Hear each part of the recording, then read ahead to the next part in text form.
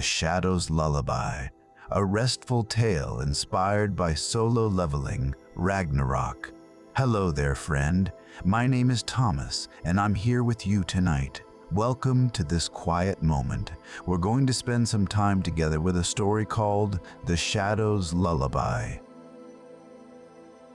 It's a gentle tale inspired by the world of solo leveling Ragnarok, but told in a way that helps you unwind and let go of the day. Before we begin, I'm curious. What time is it where you are right now? Are you settling into bed?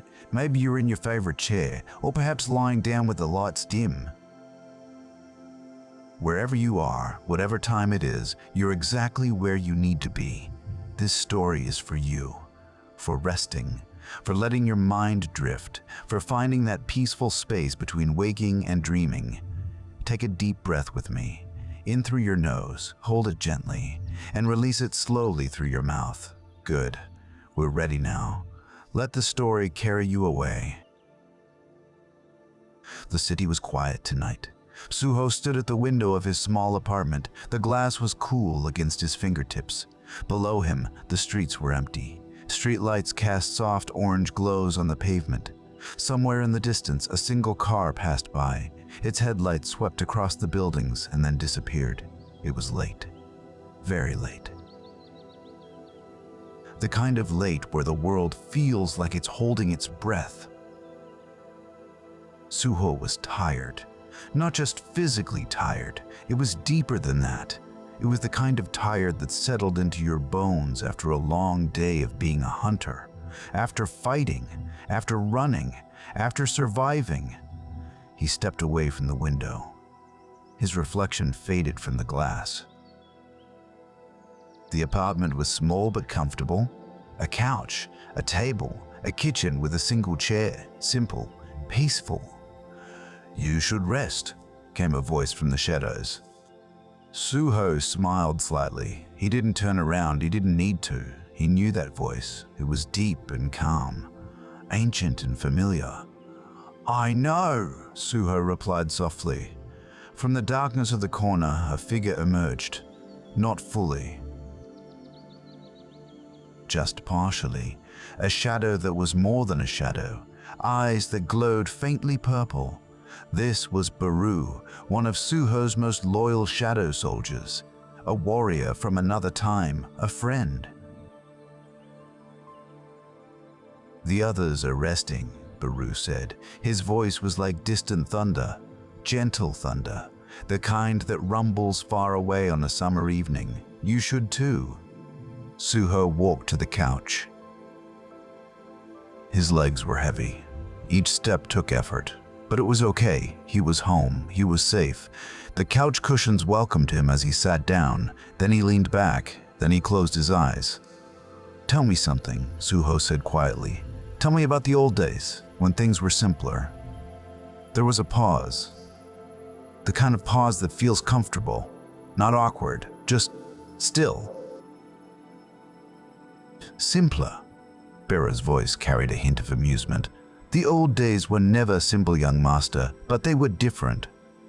Suho kept his eyes closed. His breathing was slowing down, in and out, like waves on a shore, gentle, rhythmic, natural. "Different how?" he asked. "The battles were bigger," Beru began. "The enemies were stronger." Beru began. "The enemies were stronger, but the purpose was clear. We fought because we had to. We fought to protect, to survive, to win." The shadow soldier moved closer, not threateningly, just present, like a guardian, like a friend sitting beside you in the dark. "I remember the first time I saw your father," Beru continued. His voice had a dreamy quality now, like he was looking back through time. He was young then. Younger than you are now, but there was something in his eyes, a fire, a determination. He was afraid, but he fought anyway. Suho listened. The words washed over him like a gentle stream. He didn't need to respond. He just needed to hear, to be present, to let his mind rest. "We were in a dungeon," Beru said. A deep one. The walls were black stone, wet, cold.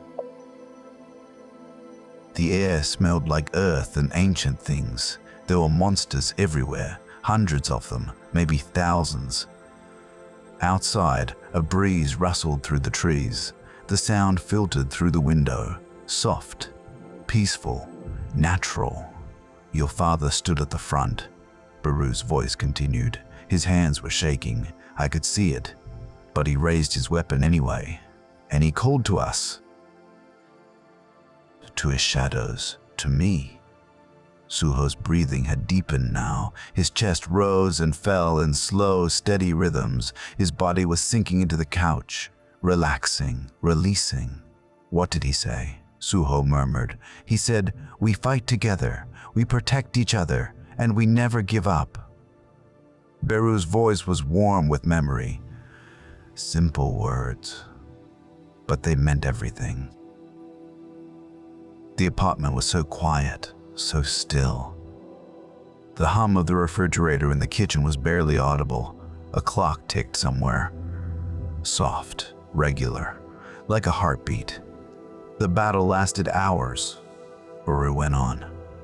But we won. We always won.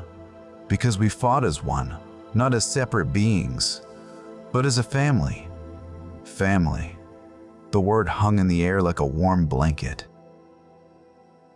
Suho thought about his own family, his mother, his father, the people he protected, the people who protected him, even his shadows. They were all family in a way. Do you ever miss it? Suho asked. His voice was barely a whisper now. The old days, another pause, this one longer, thoughtful. Sometimes, Beru admitted, I miss the simplicity of purpose. But I don't regret where we are now, here, with you. This is where I'm meant to be.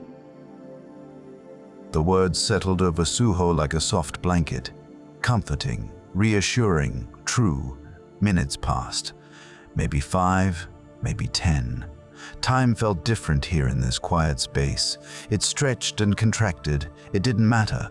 There was nowhere to be, nothing to do. Just rest, rest. Young master, Beru said eventually, do you remember the forest of eternal twilight? Suho made a small sound, acknowledgement, interest, but mostly relaxation. It was a place between worlds, Beru explained. Not light, not dark, just in between. The sky was always purple there, like dawn and dusk happening at the same time. The trees were silver. Their leaves made sounds like wind chimes when the breeze passed through. The description painted pictures in Suho's mind, but not active pictures, not exciting ones, just gentle, flowing images, like watching clouds drift across the sky. We would rest there sometimes, Beru continued. After long battles, after difficult journeys, the ground was soft, covered in moss that glowed faintly blue. When you lay down on it, you could feel the earth breathing beneath you, slow, steady, like the world itself was alive and resting with you. Suho's hands had relaxed completely. They lay at his sides, palms up, fingers slightly curled. His face was smooth. No tension, no worry, just peace. There was a stream, Beru said.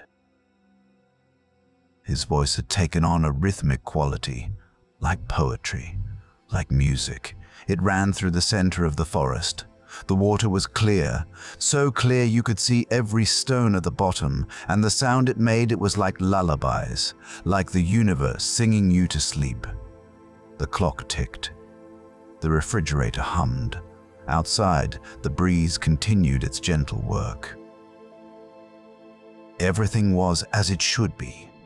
Your father would sit by that stream, Beru went on. He would close his eyes and listen, just listen, and I would watch over him, making sure he was safe, making sure he could rest without worry. Protection, safety, rest. These words wove together into a tapestry of comfort. Sometimes other shadows would join us, Beru said. Tank, iron, grid, all of us together, not talking, just being, existing in that peaceful place, recovering our strength, healing our wounds, finding our center again. Suho's mind drifted with the words. He saw the forest, the purple sky, the silver trees, the glowing moss, the clear stream. He could almost hear it, almost feel it. There were flowers there too, Beru continued softly. Strange flowers that bloomed only in that twilight. They were white with edges of gold, and they smelled like rain, like fresh rain on warm earth, clean, pure, renewing. The descriptions came in gentle waves, not overwhelming, not demanding attention, just there, available, easy. We would stay there for hours, Beru said, sometimes days. Time moved differently in that place. 1 hour could feel like minutes. 1 day could feel like hours. It didn't matter. We took what we needed, and when we were ready, we would leave, refreshed, restored, ready to face whatever came next. Suho's breathing was so slow now, so deep. He was balanced on that edge between awake and asleep. That beautiful place where you're aware but not thinking, present but not active, just being.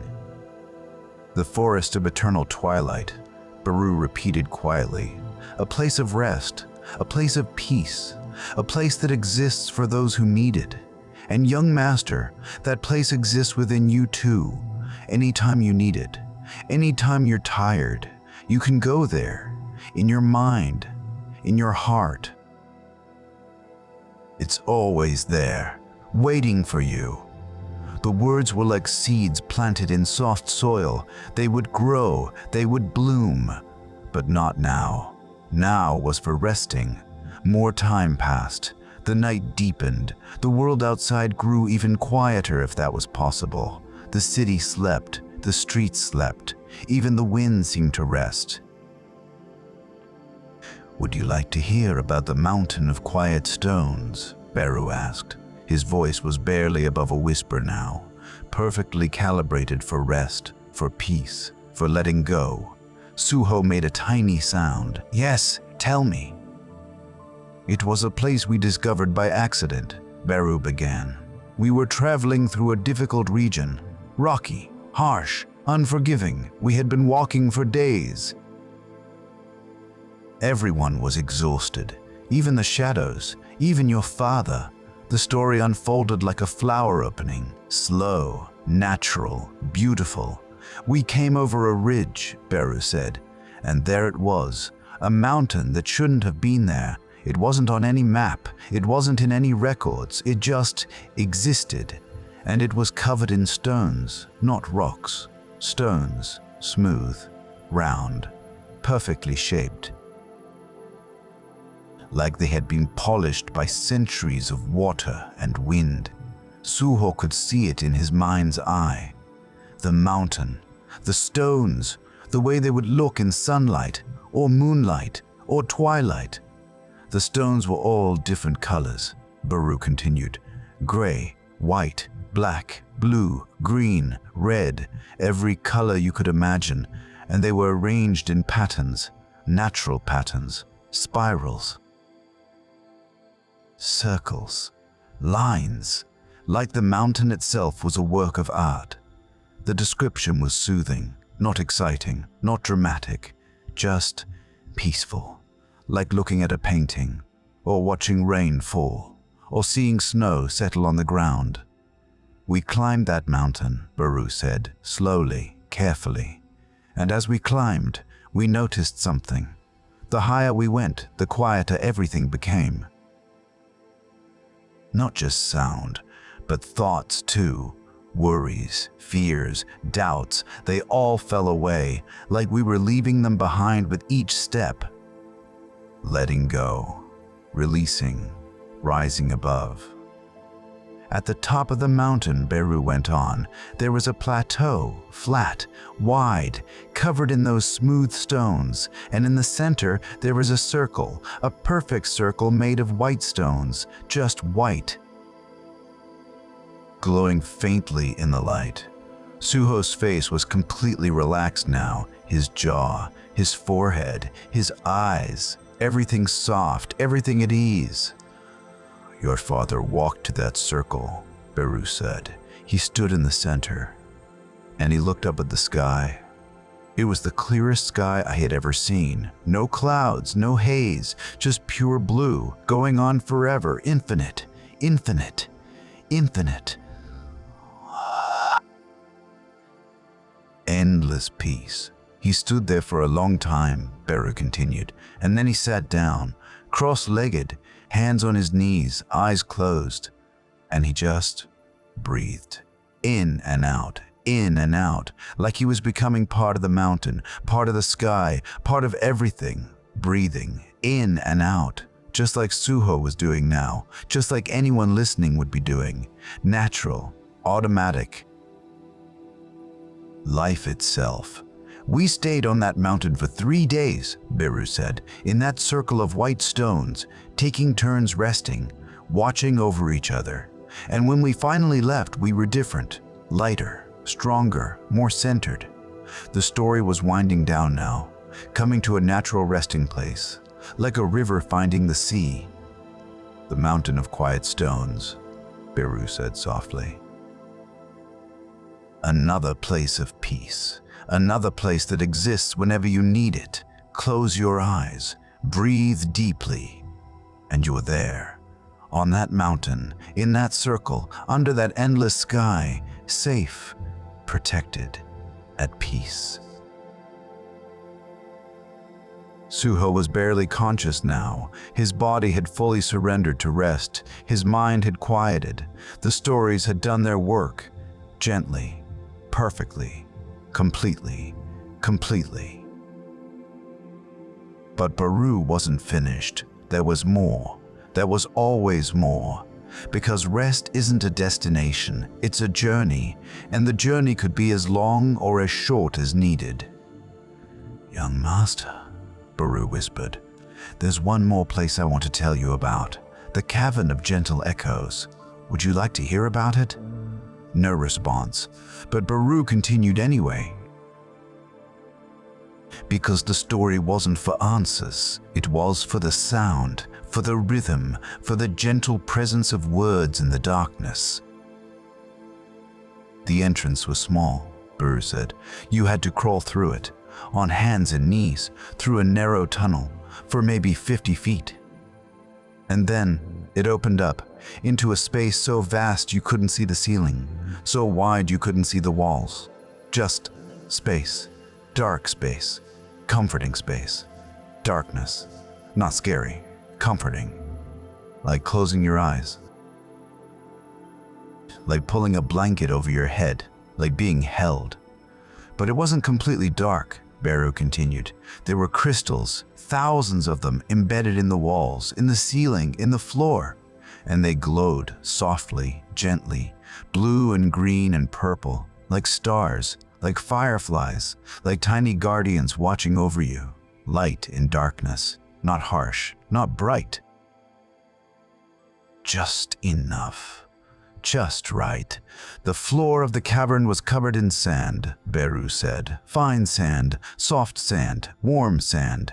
When you walked on it, it felt like walking on clouds. And when you lay down on it, it molded to your body, supporting you, holding you, cradling you. Support, comfort, safety. All the things the body needs to truly rest." "But the most amazing thing about the Cavern of Gentle Echoes," Beru went on, "was the sound.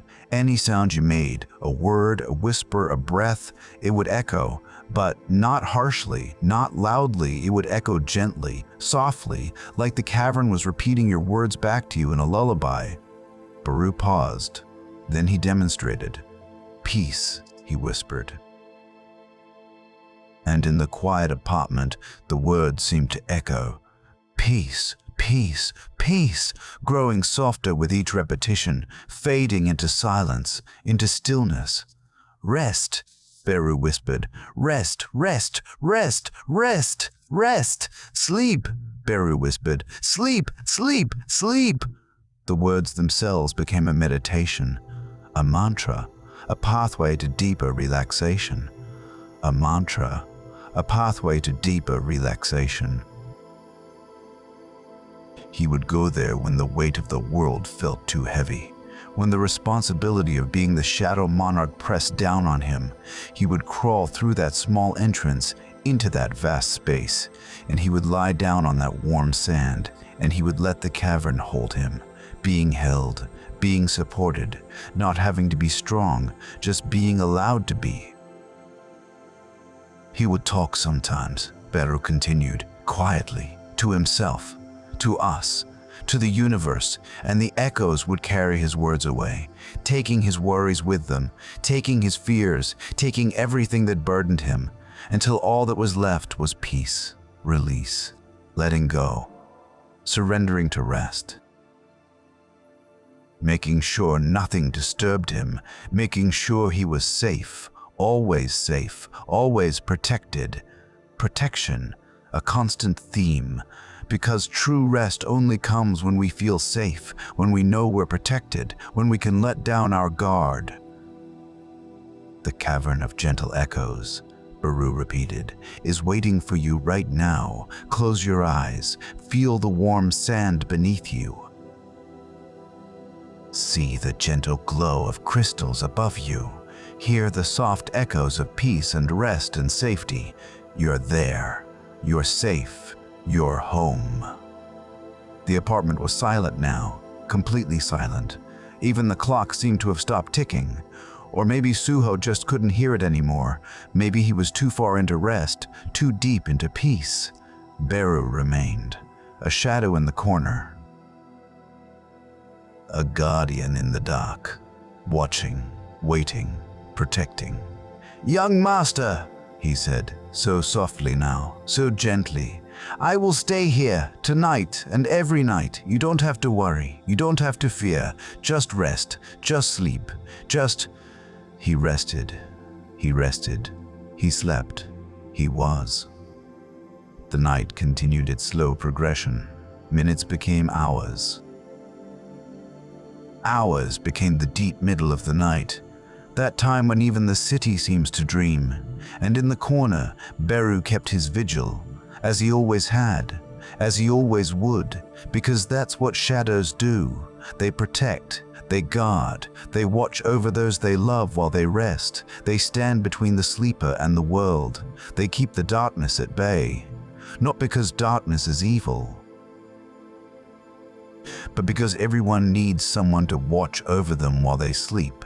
Everyone needs a guardian, a protector, a friend in the shadows. And Suho had many. He had Beru, he had Tank, he had Iron, he had Grid, he had all the shadows his father had left him, all the warriors who had sworn their loyalty, all the companions who had chosen to stay. They were his family. His true family, not bound by blood, but by something deeper, by choice, by loyalty, by love. And they would always be there, in the shadows, in the corners, in the quiet places, watching over him, protecting him, loving him. Outside the window, the first hints of dawn began to touch the sky. Not yet light, but no longer completely dark. That in-between time, that threshold between night and day, between sleep and waking, between dreams and reality. But Suho didn't notice. He was deep in rest now, deep in dreams, deep in that place where the mind and body heal and restore and prepare for the day to come. And that was perfect. That was exactly right. That was exactly what he needed. Beru smiled. It was a strange sight. A shadow soldier smiling. But it was real. It was genuine. It was full of love and pride and protective affection.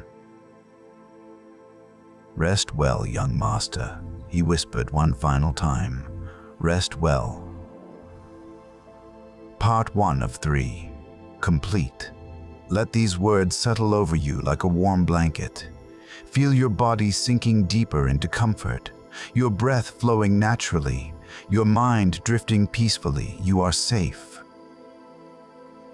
You are protected. You are exactly where you need to be. Part 2 continues our journey. The morning came softly, not with harsh alarms or sudden light, but with gentle transitions, the way nature intended. The sky shifted from black to deep blue to lighter blue. The stars faded one by one. The moon said goodbye until tonight. Suho stirred, not waking fully, just shifting. His body adjusting, finding a new comfortable position. His breathing remained deep, steady, peaceful. Beru watched from the corner. He hadn't moved. Shadows don't need sleep. They don't need rest the way humans do. They simply exist, constant, reliable, present. A few more minutes, Beru whispered to himself. Let him have a few more minutes. Because those minutes between sleep and waking are precious. They're a gift, a buffer between dreams and reality, between rest and responsibility, between peace and the world. The light grew stronger, not harsh, just present, filling the room gradually, revealing the simple furniture, the clean surfaces, the quiet space that Suho called home. And then Suho's eyes opened. Slowly, naturally, no jarring awakening, just a gentle return to consciousness. He blinked, once, twice, his eyes adjusted to the morning light. Good morning, young master, Beru said softly. Suho smiled, a real smile, small but genuine. Good morning, Beru. He sat up slowly, stretched carefully. His body felt good, rested, restored. The sleep had done its work. The stories had guided him to deep rest, and now he was ready for the day, ready for whatever came. Thank you, Suho said, for watching over me. Always, Beru replied, always and forever. There was a moment of comfortable silence, the kind that exists between people who understand each other deeply, who don't need to fill every second with words. Who can just be together? Then Suho stood. He walked to the window. The city was waking up too. Cars appeared on the streets. People emerged from buildings. Life resumed its normal rhythm, the world turning, moving forward, as it always did. But Suho felt different, centered, calm, ready.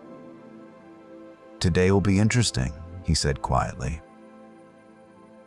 Today is always interesting, Beru responded.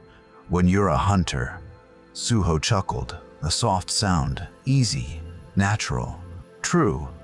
He moved to the kitchen, simple morning routines, water boiling, tea steeping, toast warming, basic things, grounding things, things that connect us to being human, to being alive, to being present in the moment. As the tea steeped, Suho sat at his small table. He looked at the cup. Steam rising in delicate spirals, disappearing into the air, temporary, beautiful, transient. Beru, he said, tell me about the hunters, the ones who came before me, the ones who worked with my father. The shadow soldier moved closer, his form more solid now in the morning light, more defined, but still shadowy, still mysterious, still otherworldly. There were many, Beru began, each one unique, each one special in their own way. They came from different places, different backgrounds, different lives. But they all shared one thing. What was that? Suho asked. He sipped his tea. Warm, soothing, perfect, courage, Beru said simply. Not the absence of fear, but the willingness to act despite it. To stand up, to fight, to protect, even when they were afraid, especially when they were afraid. Suho nodded. He understood. He felt that same fear sometimes, that same uncertainty, but he moved forward anyway, because that's what hunters did. That's what his father had taught him, not through words, but through example. There was a woman, Biru continued, Chahayan.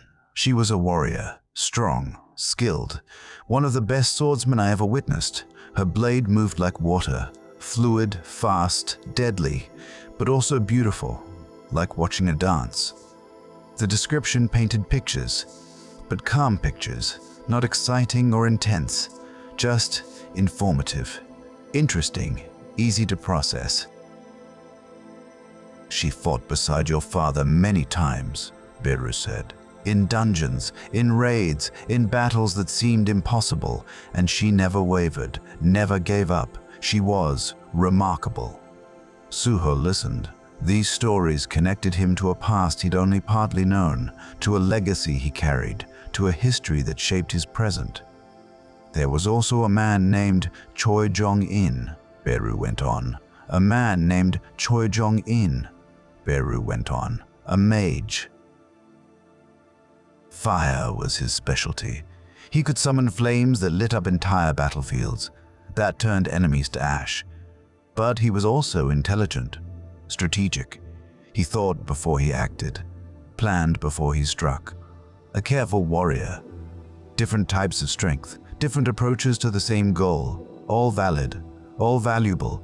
And Baek Yunho, Biru continued, a transformation-type hunter. He could become a beast, powerful, fierce, unstoppable. But in his human form he was gentle, kind. He led his guild with wisdom and compassion, strength tempered by humanity. The tea was cooling now. Suho drank it slowly, no rush, no hurry, just being present with the moment, with the story, with the morning. They all had one thing in common, Beru said, beyond courage, beyond strength. They cared about people, about protecting those who couldn't protect themselves, about making the world safer, better, more just, purpose, meaning, reason for fighting beyond just fighting. Your father brought them together, Beru continued, not as servants, not as soldiers, but as allies, as friends, as family. And together, they accomplished things that seemed impossible. They closed gates, they cleared dungeons, they saved millions of lives. Legacy, history, the weight and wonder of what came before. Suho finished his tea, set the cup down gently. The ceramic made a soft sound against the table. Small, simple, grounding. I hope I can live up to that, he said quietly. Beru was silent for a moment. Then he spoke, his voice full of certainty, full of conviction, full of truth. You already do, young master, every day, in your own way. You don't have to be your father. You just have to be you, and that is more than enough. The words settled over Suho like morning sunlight. Warm, gentle, affirming. He stood, ready now, ready to face the day. Ready to be who he was meant to be. Let's go, he said, and Beru melted back into the shadows. Not gone, never gone, just present in a different way, always there, always watching, always protecting. Suho left his apartment. The hallway was quiet, his footsteps soft on the floor, down the stairs, through the lobby, out into the morning air. The city had fully awakened now. The sun was higher, the streets busier, life in full motion, but Suho moved through it calmly, centered, grounded. The rest had done its work. The stories had given him what he needed. He walked toward the Hunter Association building, a routine visit. Check in, get updates, see if any dungeons needed clearing. Standard work. Important work, but not urgent, not desperate. Just to what needed to be done. The walk took 20 minutes. Suho didn't rush, he observed. The morning light on buildings, the way shadows fell across sidewalks, the faces of people passing by, each person with their own story, their own struggles, their own dreams, everyone carrying something, everyone moving towards something, everyone being human in their own unique way.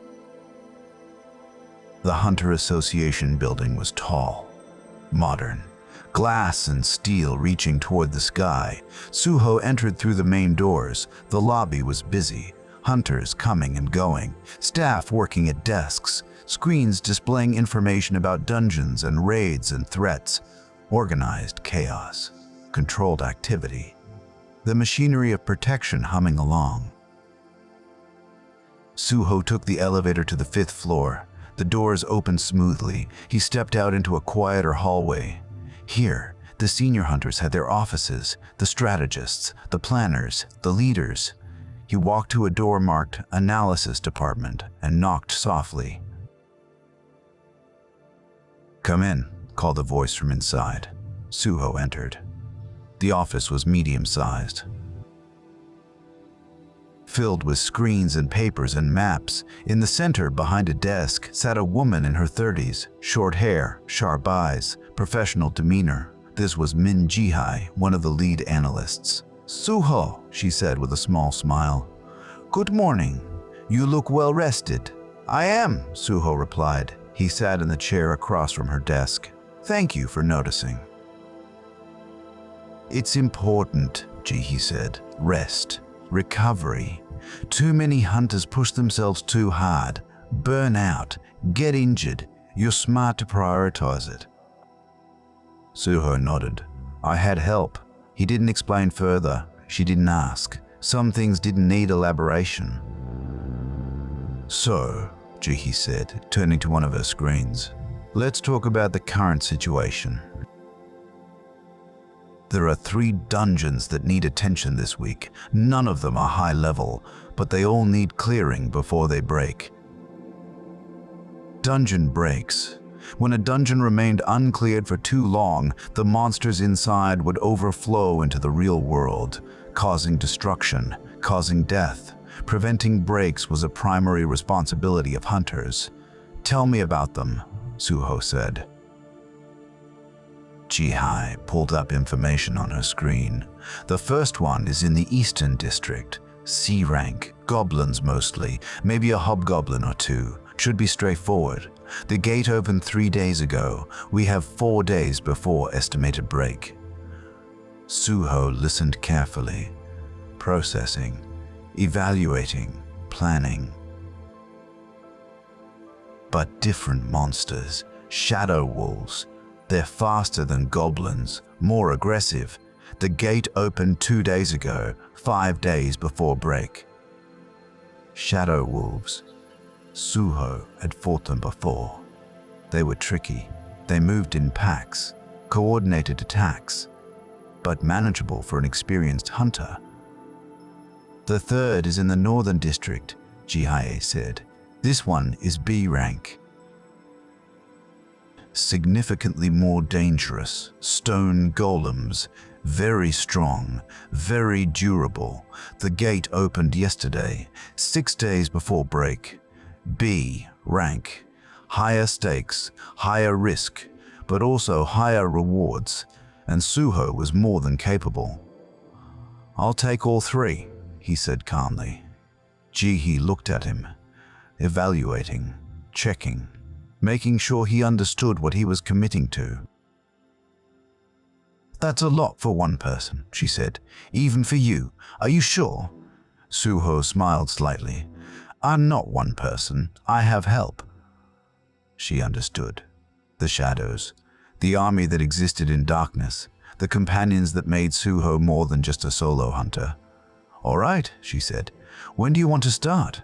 "Today," Suho replied. "I'll start with the Eastern District. C-rank goblins. Then tomorrow, the Southern District, shadow wolves. Then the Northern District, stone golems." Jihi made notes on her screen. I'll register you for all three. Good luck. And Suho? Yes? Be careful. Even C ranks can be dangerous if you're not paying attention. I know, Suho said. I will be. He left the office, back down the hallway, back into the elevator, back through the busy lobby, back out into the morning sunlight. The Eastern District was a 30-minute train ride. Suho found a seat by the window. The train moved smoothly through the city. Buildings passed by, parks, streets, lives unfolding behind windows and walls. He closed his eyes for a moment, not sleeping, just centering himself, preparing mentally. The way athletes do before a competition, the way musicians do before a performance, the way anyone does before something important. Breathing, in and out, steady, calm, present. When he opened his eyes, the train was slowing, his stop approaching. He stood, moved to the doors, stepped out onto the platform. The Eastern District was quieter than downtown. More residential, families, schools, small businesses, normal life. The kind of place that needed protecting, the kind of place that made the work meaningful. Suho checked his phone. The dungeon location appeared on his map. A park.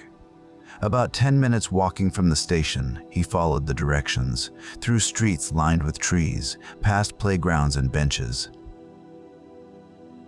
Toward the designated area, he saw it before he arrived, the shimmer in the air, the distortion that marked a gate.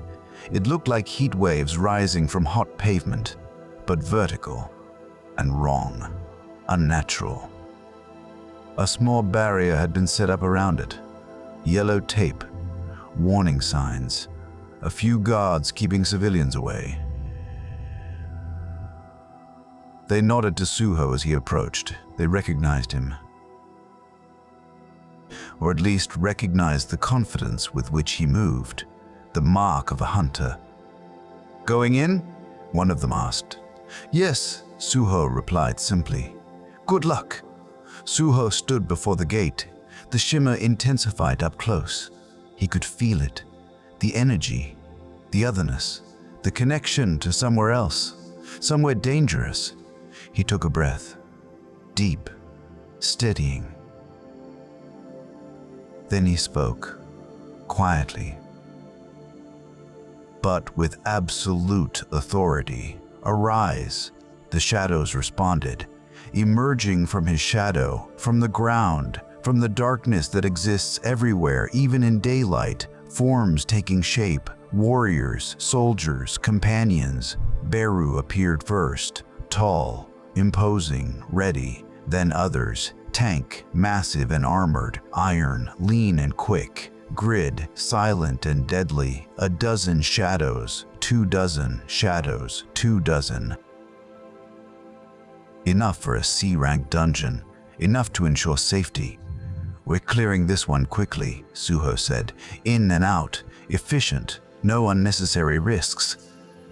The shadows acknowledged, not with words, but with presence, with readiness, with absolute loyalty. Suho stepped forward, through the gate, through the shimmer, through the barrier between worlds. The transition was momentary. A second of disorientation, a feeling of being pulled through something thick, and then the dungeon. It was a cave system, dark, damp. The air smelled like earth and stone. Water dripped somewhere in the distance, echoing, creating a rhythm, steady, constant. Suho's eyes adjusted quickly, hunter eyes, enhanced, able to see in low light. The cave stretched ahead. Tunnels branching off, a maze, but not an impossible one.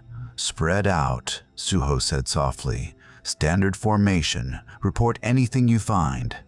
The shadows obeyed, moving silently through the darkness. Scouts, guardians, hunters in their own right. Suho moved forward, carefully, alert, but not afraid. Fear was natural, but it was also a tool. It kept you sharp, kept you focused, kept you alive. The first monsters appeared within minutes. Goblins, small, green, armed with crude weapons, clubs, knives, spears. They shrieked when they saw Suho, a warning to others, a call to battle, but they didn't get far. The shadows moved faster. Tank crushed two with his massive fists. Iron's blade flashed, dropping three more. Grid appeared behind a fourth, silent death incarnate. Within seconds, the goblin group was eliminated. No challenge, no danger, just efficiency. Suho continued deeper. The tunnels twisted and turned. More goblins appeared. Small groups, then larger ones. 10, 15, 20 at once. But the shadows were relentless. They moved like a well-trained unit, covering each other, protecting Suho, eliminating threats with precision and speed. Suho himself didn't need to fight much. An occasional dagger throw, a burst of mana to finish a wounded goblin. But mostly he directed, observed, ensured everything went according to plan. This was the benefit of being a necromancer, of having an army. You didn't have to do everything yourself. You could delegate, strategize, work smarter, not just harder. Deeper into the dungeon they went. The tunnels opened into larger caverns, natural formations, stalactites hanging from ceilings, underground pools reflecting dim light, beautiful in a strange, alien way. And then they found the boss room. Suho could tell immediately. The entrance was larger. The air felt different, heavier, charged with more energy. He paused at the threshold, called his shadows back, regrouped them. "Boss ahead," he said. "Likely a hobgoblin, maybe two. Stay sharp." The shadows formed up, ready, waiting, trusting. Suho entered the room. It was huge, a natural cavern the size of a gymnasium. And in the center, sitting on a crude throne made of stones and bones, was the boss.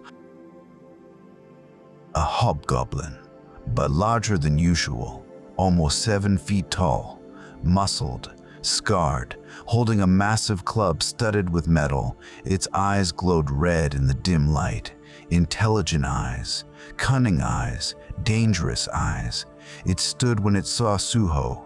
The club scraped against the ground, a sound like thunder, intimidating, meant to frighten, to make prey run. But Suho wasn't prey. And he didn't run. "Surround it," he said calmly. "Don't let it escape. Target the legs first, slow it down, then finish it." The shadows moved like water, flowing around the hobgoblin, forming a circle, closing in. The hobgoblin roared, charged at the nearest shadow. Tank. The club swung down with tremendous force, but Tank raised his arms, blocked. The impact was enormous. It would have killed a human, but Tank was a shadow. He absorbed the blow, held his ground, and while the hobgoblin was focused on Tank, Iron moved in from the side. His blade found the back of the hobgoblin's knee, not deep enough to cripple, but enough to hurt, to slow. The hobgoblin howled, spun, tried to catch Iron. But Iron was already gone, dancing away. And Grid was there, another cut, the other leg. The hobgoblin stumbled, still dangerous, still fighting, but weakened, slowed, bleeding. Suho watched calmly, analytically, making sure everything went according to plan, ready to intervene if needed, but trusting his shadows, trusting the plan. The battle lasted 3 more minutes. The hobgoblin fought bravely, desperately. But it was outnumbered, outmatched, outmaneuvered. Finally, Beru delivered the finishing blow. his claws piercing through the hobgoblin's chest. Quick, clean, merciful in its efficiency. The hobgoblin fell, dead. The room fell silent except for the sound of dripping water. The battle was over. Suho approached the body, checked it, confirmed the kill. Then he looked around the room. No other threats, no other monsters, just the boss, as expected. "Good work," he said to his shadows. "Efficient, clean, perfect." The shadows didn't respond. They didn't need praise. They did what they did because it was their nature, their purpose, their choice. But Suho thanked them anyway, because gratitude mattered, recognition mattered. Even to shadows. In the corner of the room, Suho found the dungeon core, a crystal, glowing faintly blue, the heart of the dungeon, the source of its existence. He approached it carefully, drew his dagger, and struck. The crystal shattered. The light went out, and immediately the dungeon began to collapse, not physically, but metaphysically. The connection to this space breaking, the pocket dimension unraveling. "Time to go," Suho said. He turned and ran back the way they came. The shadows followed. Quick, urgent, but not panicked. They had done this before, many times, through the tunnels, past the dead goblins, toward the entrance, the gate, the way home. Behind them, the dungeon collapsed. Reality reasserting itself. The impossible space ceasing to exist. Suho burst through the gate, back into the park, back into the real world. The sunlight felt bright after the darkness of the cave. The air felt fresh after the damp staleness of the dungeon. He took a breath, released it, centered himself. "Done," he said simply. The guards at the barrier looked relieved. The gate behind Suho flickered, then vanished. The shimmer gone, the danger eliminated, the neighborhood safe again. "That was fast," one of the guards said. "You were in there less than an hour." Suho smiled slightly. It was C rank, no complications. He walked away, back toward the train station, back toward the city center. 1 dungeon down, 2 to go. The afternoon passed peacefully. Suho returned to his apartment. Ate a simple lunch, rice, vegetables, protein, nothing fancy, just fuel, just sustenance. Then he rested, not sleeping, just sitting quietly, recovering, letting his mana regenerate, letting his body reset. Beru sat with him, silent, companionable, present. "2 more," Suho said. "2 more." The sun moved across the sky.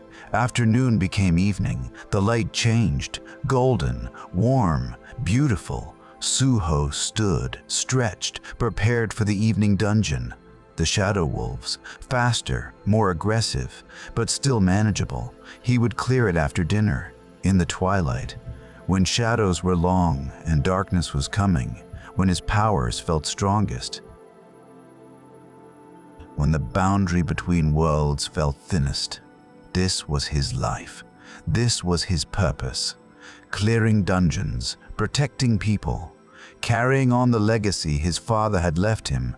It was hard work, dangerous work, exhausting work, but it was also meaningful work, important work, work that mattered. And at the end of each day, when the dungeons were clear and the people were safe, Suho would return to his apartment. He would sit on his couch. He would rest. And Beru would tell him stories. Stories of the past, stories of peace, stories that carried him gently into sleep. Because even hunters need rest. Even warriors need peace. Even the strongest people need someone to watch over them while they sleep. And Suho had that. He had his shadows. He had his companions. He had his family. He was never alone, never unprotected, never abandoned. And that made all the difference. Part 2 of 3. Complete. Feel your breath continuing its gentle rhythm, your body deeply relaxed, your mind calm and clear. The story continues to hold you, guide you, comfort you. You are safe in this moment, protected, cherished. Part 3 completes our journey. Evening came gently to the city. The sun descended slowly toward the horizon. The sky transformed. Blue gave way to orange. Orange melted into pink. Pink faded into pink. Pink faded into purple. A masterpiece painted fresh every single evening. Free for anyone to witness. Free for anyone to appreciate. Suho stood at his window again, watching the transition. The day becoming night, the light becoming shadow, the active becoming restful. "It's time," he said quietly. Baru materialized beside him, more solid now in the growing darkness. This was his time, shadow time, when his kind felt most powerful, most present, most alive. "The southern district," Baru said. "The shadow wolves." "Yes," Suho confirmed. "They'll be active now too, hunting, prowling, dangerous." He gathered his equipment, simple things, a dagger, a jacket, his hunter's license, nothing excessive, nothing he didn't need. Because true strength didn't come from equipment, it came from skill, from experience, from the companions who fought beside you. The journey to the southern district took 40 minutes. The train was less crowded now. Evening commuters heading home, tired faces, worn expressions, people who had given their day to work, who were ready to rest, to be with family, to sleep. Suho understood that exhaustion, that end-of-day weariness. But his day wasn't over yet. He had one more task, one more dungeon, one more neighborhood to protect. The southern district was different from the eastern one, more industrial, warehouses, factories, fewer residences, but still important, still full of people who deserved safety, who deserved protection. The gate was located behind an old factory building, abandoned, quiet. The shimmer was stronger at night, more visible, more obviously wrong. Security was lighter here, just one guard, an older man with tired eyes. He nodded when Suho approached. "You the hunter?" the man asked. "Yes," Suho replied. Good. Those shadow wolves, they've been making noise, howling, even from inside the gate. Gives me the creeps." Monsters were frightening, even contained behind gates, even trapped in dungeons. The knowledge that they existed, that they wanted to break free, that they would kill if given the chance, it was unsettling. "I'll take care of it," Suho said, calm, confident, reassuring. The guard looked relieved. "Thank you, really, thank you." Suho approached the gate, the shimmer, the threshold. He could hear them now. The wolves, their howls, eerie, haunting, beautiful in a dangerous way. "Arise," he said. His shadows emerged, fewer this time, more specialized, faster ones. The wolves would be quick, coordinated, so his shadows needed to match that speed, that coordination. Baru, Iron, Grid, a dozen others, shadow soldiers who excelled at fast combat, at pursuit, at hunting hunters. "They'll work in packs," Suho said. "Stay together, watch each other's backs, don't let them separate us." The shadows acknowledged, ready, waiting, trusting their master's strategy. Suho stepped through the gate, the transition, the pull, the momentary disorientation, and then forest. The dungeon was a forest, dark trees, thick underbrush. The ground covered in fallen leaves. The air smelled like pine and earth and something wild, something predatory. Night here, eternal night. No moon, no stars, just darkness broken by faint, eerie light that seemed to come from nowhere and everywhere at once. Perfect territory for shadow wolves. Their hunting ground, their domain. Suho moved carefully, each step deliberate. Quiet, alert. His shadows spread around him, a protective formation, eyes watching in all directions. The first howl came from the left, close, then another from the right, then behind, then ahead, surrounding them. Classic pack tactics, intimidation through sound, confusion through numbers. Hold position, Suho said softly. Let them come to us. The shadows tightened their formation, a circle, all facing outward, weapons ready, senses sharp, movement in the trees, shapes, dark forms moving between trunks, fast, fluid, almost invisible, almost.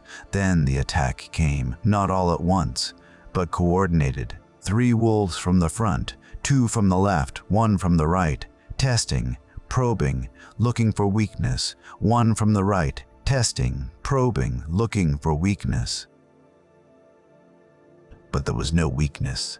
Iron's blade caught the first wolf. Grid eliminated the second. Beru's claws tore through the third. The others were driven back by the remaining shadows. The wolves retreated, melting back into the forest, regrouping, reassessing. They're smart, Suho observed. Tactical. This won't be as simple as the goblins. Nothing worth doing is simple, Beru replied. But we are smarter, and we are stronger. True, but Suho didn't let confidence become arrogance. Arrogance killed hunters. Overconfidence led to mistakes, and mistakes in dungeons led to death. The second wave came faster, more aggressive. The wolves had assessed their enemy. Now they attacked with purpose, with strategy. 5 from the front, a feint, drawing attention, while 7 circled around to attack from behind, the real assault. But Suho had anticipated this. He had fought wolves before, knew their patterns, their instincts. Behind us, he called. Grid, iron, turn and engage. Beru, hold the front. The shadows responded instantly, no hesitation, no confusion, just perfect execution. The rear attackers met prepared defenders, blades and claws, shadow against shadow, predator against predator. The battle was fierce, fast, brutal. The wolves were strong, quick, vicious, but the shadows were stronger, faster, more vicious. Within 2 minutes, half the wolf pack was dead. The survivors fled again, deeper into the forest, toward the center. Follow, Suho commanded. Don't let them regroup with the Alpha. They pursued, through the dark forest, over roots and through underbrush. The shadows moved silently, efficiently. Suho followed, his senses alert, his mind calculating. The forest opened into a clearing, large, circular. In the center stood a massive tree, dead, leafless, but somehow still standing. Still present, still significant, and beneath that tree sat the Alpha, the boss, the leader of the pack. It was huge, twice the size of a normal shadow wolf. Its fur was darker, almost black. Its eyes glowed red, not with rage, but with intelligence, with awareness, with understanding. It stood as Suho entered the clearing. The surviving wolves gathered behind it. 7 of them, plus the Alpha. 8 total. The final confrontation. Suho stopped at the edge of the clearing. His shadows formed up beside him. Equal numbers. 8 versus 8. Fair. Balanced. Dangerous. The Alpha growled. Not a threat, a communication to its pack. To Suho, a statement. This ends here, one way or another. Suho nodded, understanding, respecting. One way or another, he agreed aloud. The Alpha howled, long, haunting, beautiful, a war cry, a death song, a final defiance, and then it charged, the pack following, all together. No tactics now, just pure aggression, pure determination, pure will to survive. The two forces collided in the center of the clearing, shadow against shadow, will against shadow, will against will, life against death. The battle was chaos, beautiful chaos, deadly chaos. Wolves and shadows intertwined, moving too fast to track individually, only visible as a churning mass of motion, of combat, of survival. Suho didn't just watch, he participated. His dagger flashed, finding targets, eliminating threats, supporting his shadows, working as one unit, one organism, one purpose. A wolf lunged at him. He sidestepped. His blade found its throat. It fell. Another replaced it. He blocked with his arm, kicked it away. Beru finished it. The Alpha fought Beru directly. Massive jaws versus deadly claws. Strength versus strength. Experience versus experience. It was magnificent, terrifying, primal. They broke apart, circled, attacked again. Neither gaining clear advantage, neither giving ground. Around them, the other battles raged. Wolves falling, but shadows falling too. Not dying. Shadows couldn't die, but being dispersed, sent back to nothingness, requiring time to reform, essentially removed from the battle. The numbers were even, then favoring the wolves, then favoring the shadows, back and forth, a dance. A contest, a test, and then Suho saw the opening. The Alpha focused on Beru, exposed its side, just for a moment, just for a heartbeat. But a heartbeat was enough. Suho moved, fast, faster than he'd moved all night. His dagger aimed, true, precise. It struck, deep between ribs, finding the heart, the core, the life. The Alpha howled, not in rage, not in rage, not in rage, not in pain, but in pain. Acceptance, understanding, respect. It fell, slowly, majestically, the way ancient trees fall, with dignity, with grace. And when it hit the ground, the remaining wolves stopped fighting. They didn't flee, they didn't surrender. They simply stopped. Their Alpha was dead. Their purpose was gone. They were lost. Suho's shadows eliminated them quickly, efficiently. No torture, no cruelty, just clean deaths, respectful deaths. The clearing fell silent. The battle was over.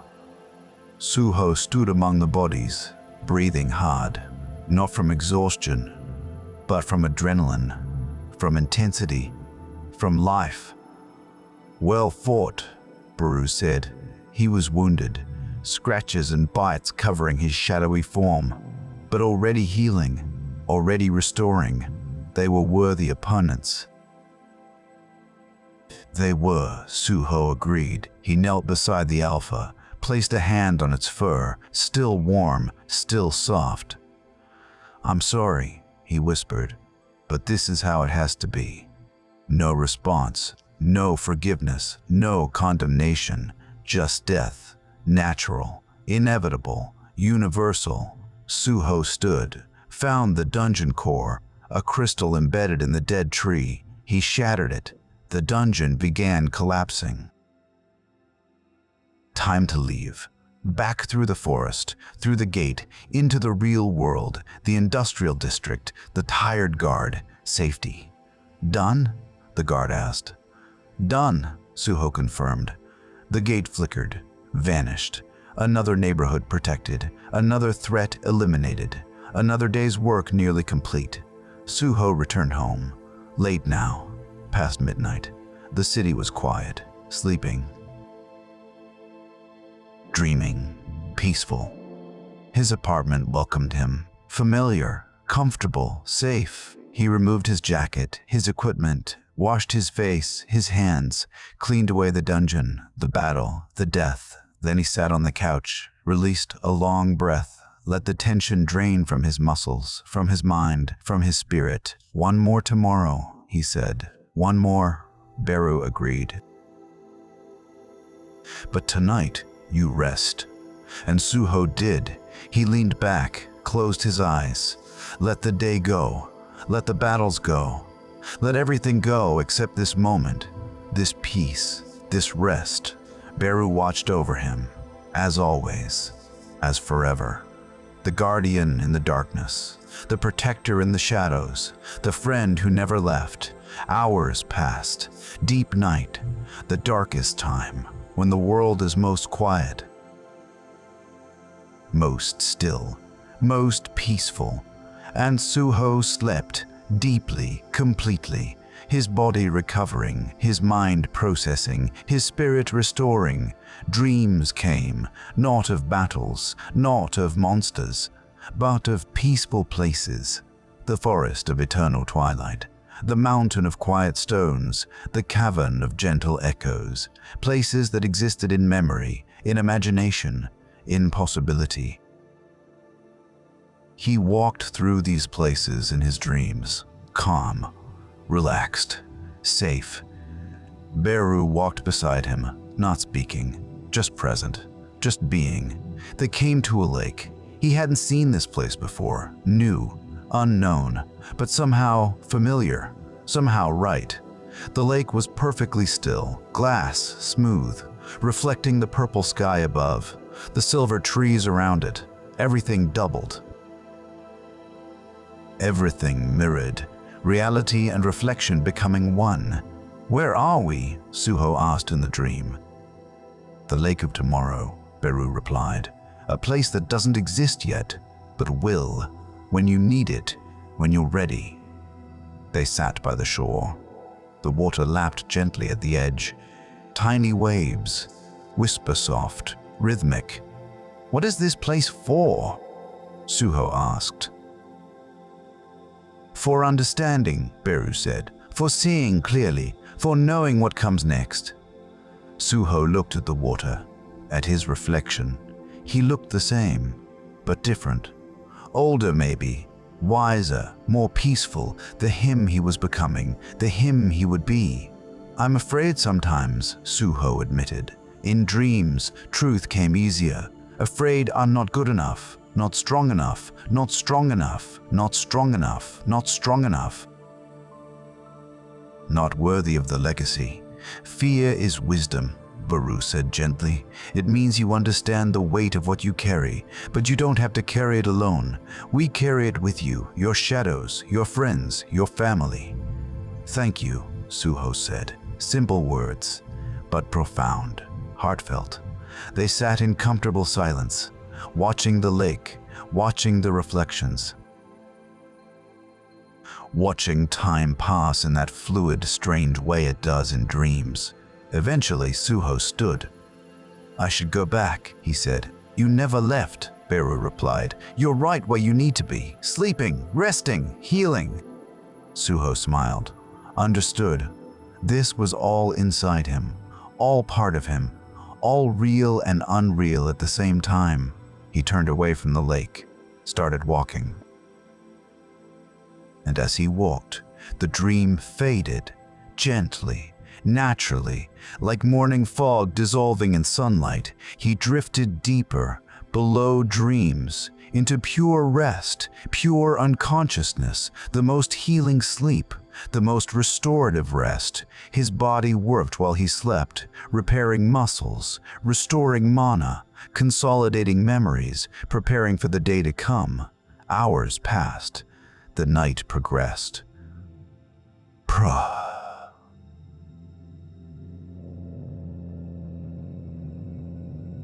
preparing for the day to come.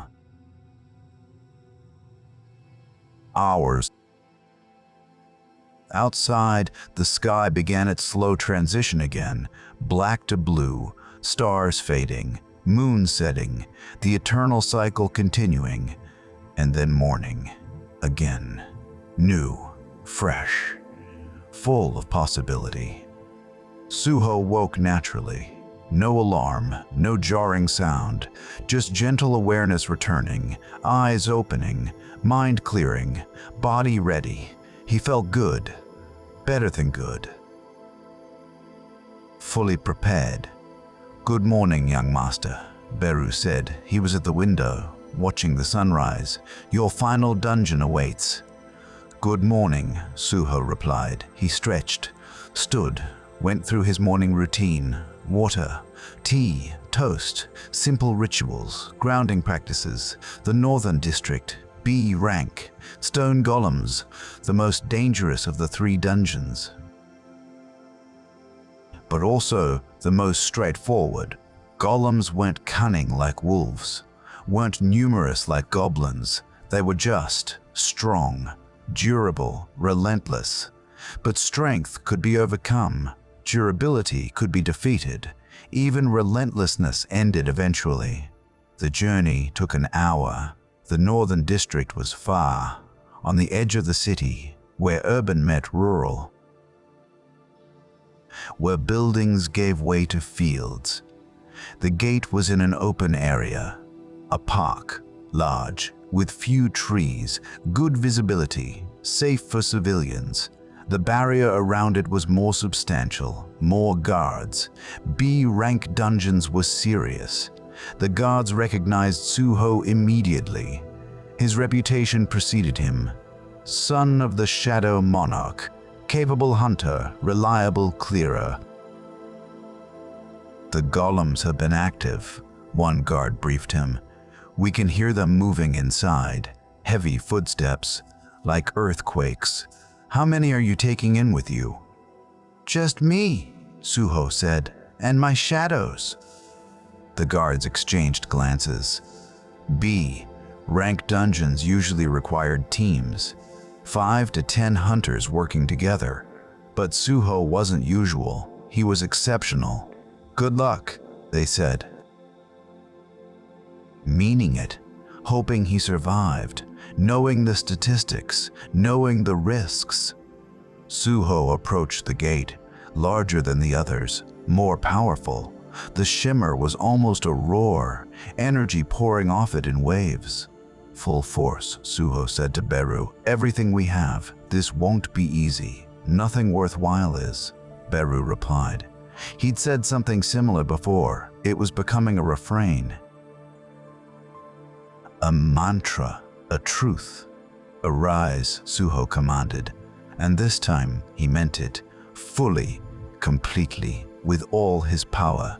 The shadows came, all of them, every soldier, every warrior, every companion he had claimed, dozens, hundreds, an army emerging from darkness, from his shadow, from his shadow, from his soul, Beru, Tank, Iron, Grid, and countless others, each one powerful.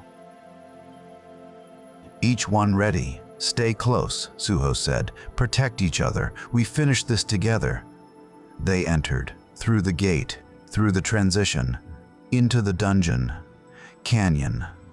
The dungeon was a canyon. Massive stone walls rising on both sides, a narrow path between them. The sky above was gray, overcast, oppressive. And the golems were there, waiting, dozens of them.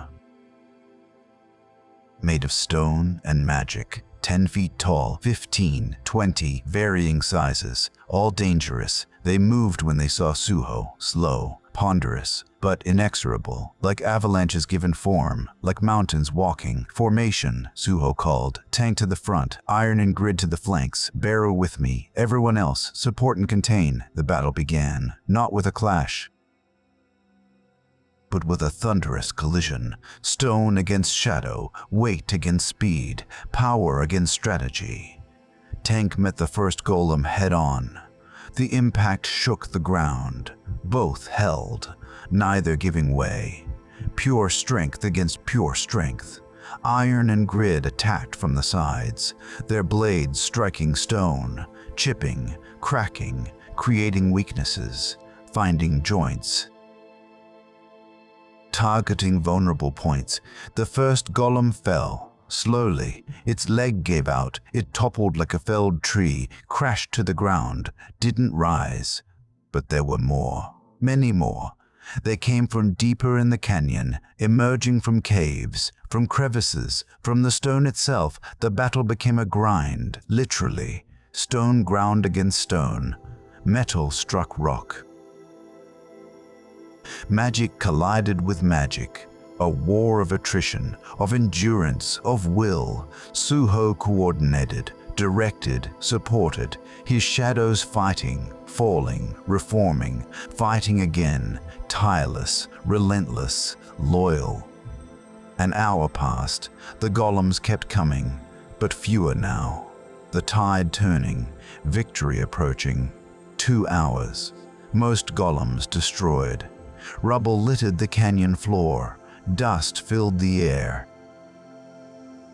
But Suho and his shadows remained, battered, exhausted, but standing. Finally, the boss appeared. From the deepest cave, the largest golem, 30 feet tall, made of black stone, runes glowing on its surface, ancient, powerful. The final challenge. It strode into the open, each footstep an earthquake, its presence overwhelming, intimidating, designed to break spirits, to create despair. But Suho had come too far, fought too hard, lost too many shadows, even temporarily. He wouldn't give up now, wouldn't retreat, wouldn't fail. Together, he said, not a command, an invitation, a request. We end this together. His remaining shadows gathered, tired, wounded, but ready. Because he was ready. Because this was the moment. Because this mattered. They charged, all of them, as one. An army united by purpose, by loyalty, by love. The boss golem swung its massive fists, struck shadows, sent them flying. But they reformed, returned, attacked again. Tank held its attention, taking blow after blow, never yielding, never retreating, the immovable object against the unstoppable force. Iron and grid worked on its legs, chipping, cracking, wearing it down. Death by 1,000 cuts. Beru climbed the golem, using its own body as a ladder, reaching its head, its core, the source of its magic. And Suho, gathering his remaining mana, his remaining strength, his remaining will, prepared the final strike. He felt the power building. In his chest, in his hands, in his very soul. Shadow magic, necromantic power. The legacy of his father, the gift and burden of being who he was. Now, he shouted. Beru struck from above, claws piercing the golem's skull, exposing the core. Tank struck from below, shattering the golem's stance, bringing it to its knees. And Suho released everything, all his power, all his magic, all his determination. A beam of shadow energy, pure, concentrated, devastating. It struck the exposed core, pierced through, shattered the magic that gave the golem life. The boss froze, its glowing runes flickered, dimmed, went dark, and then it crumbled, not falling, but disintegrating, returning to the stone it came from, to dust, to nothing, silence, complete silence. The battle was over. The dungeon was clear. The threat was over. The threat was eliminated. Suho fell to his knees, not from injury, but from exhaustion, from the release of tension, from the sheer magnitude of what they had accomplished. His shadows gathered around him, protecting, supporting, being present in the aftermath.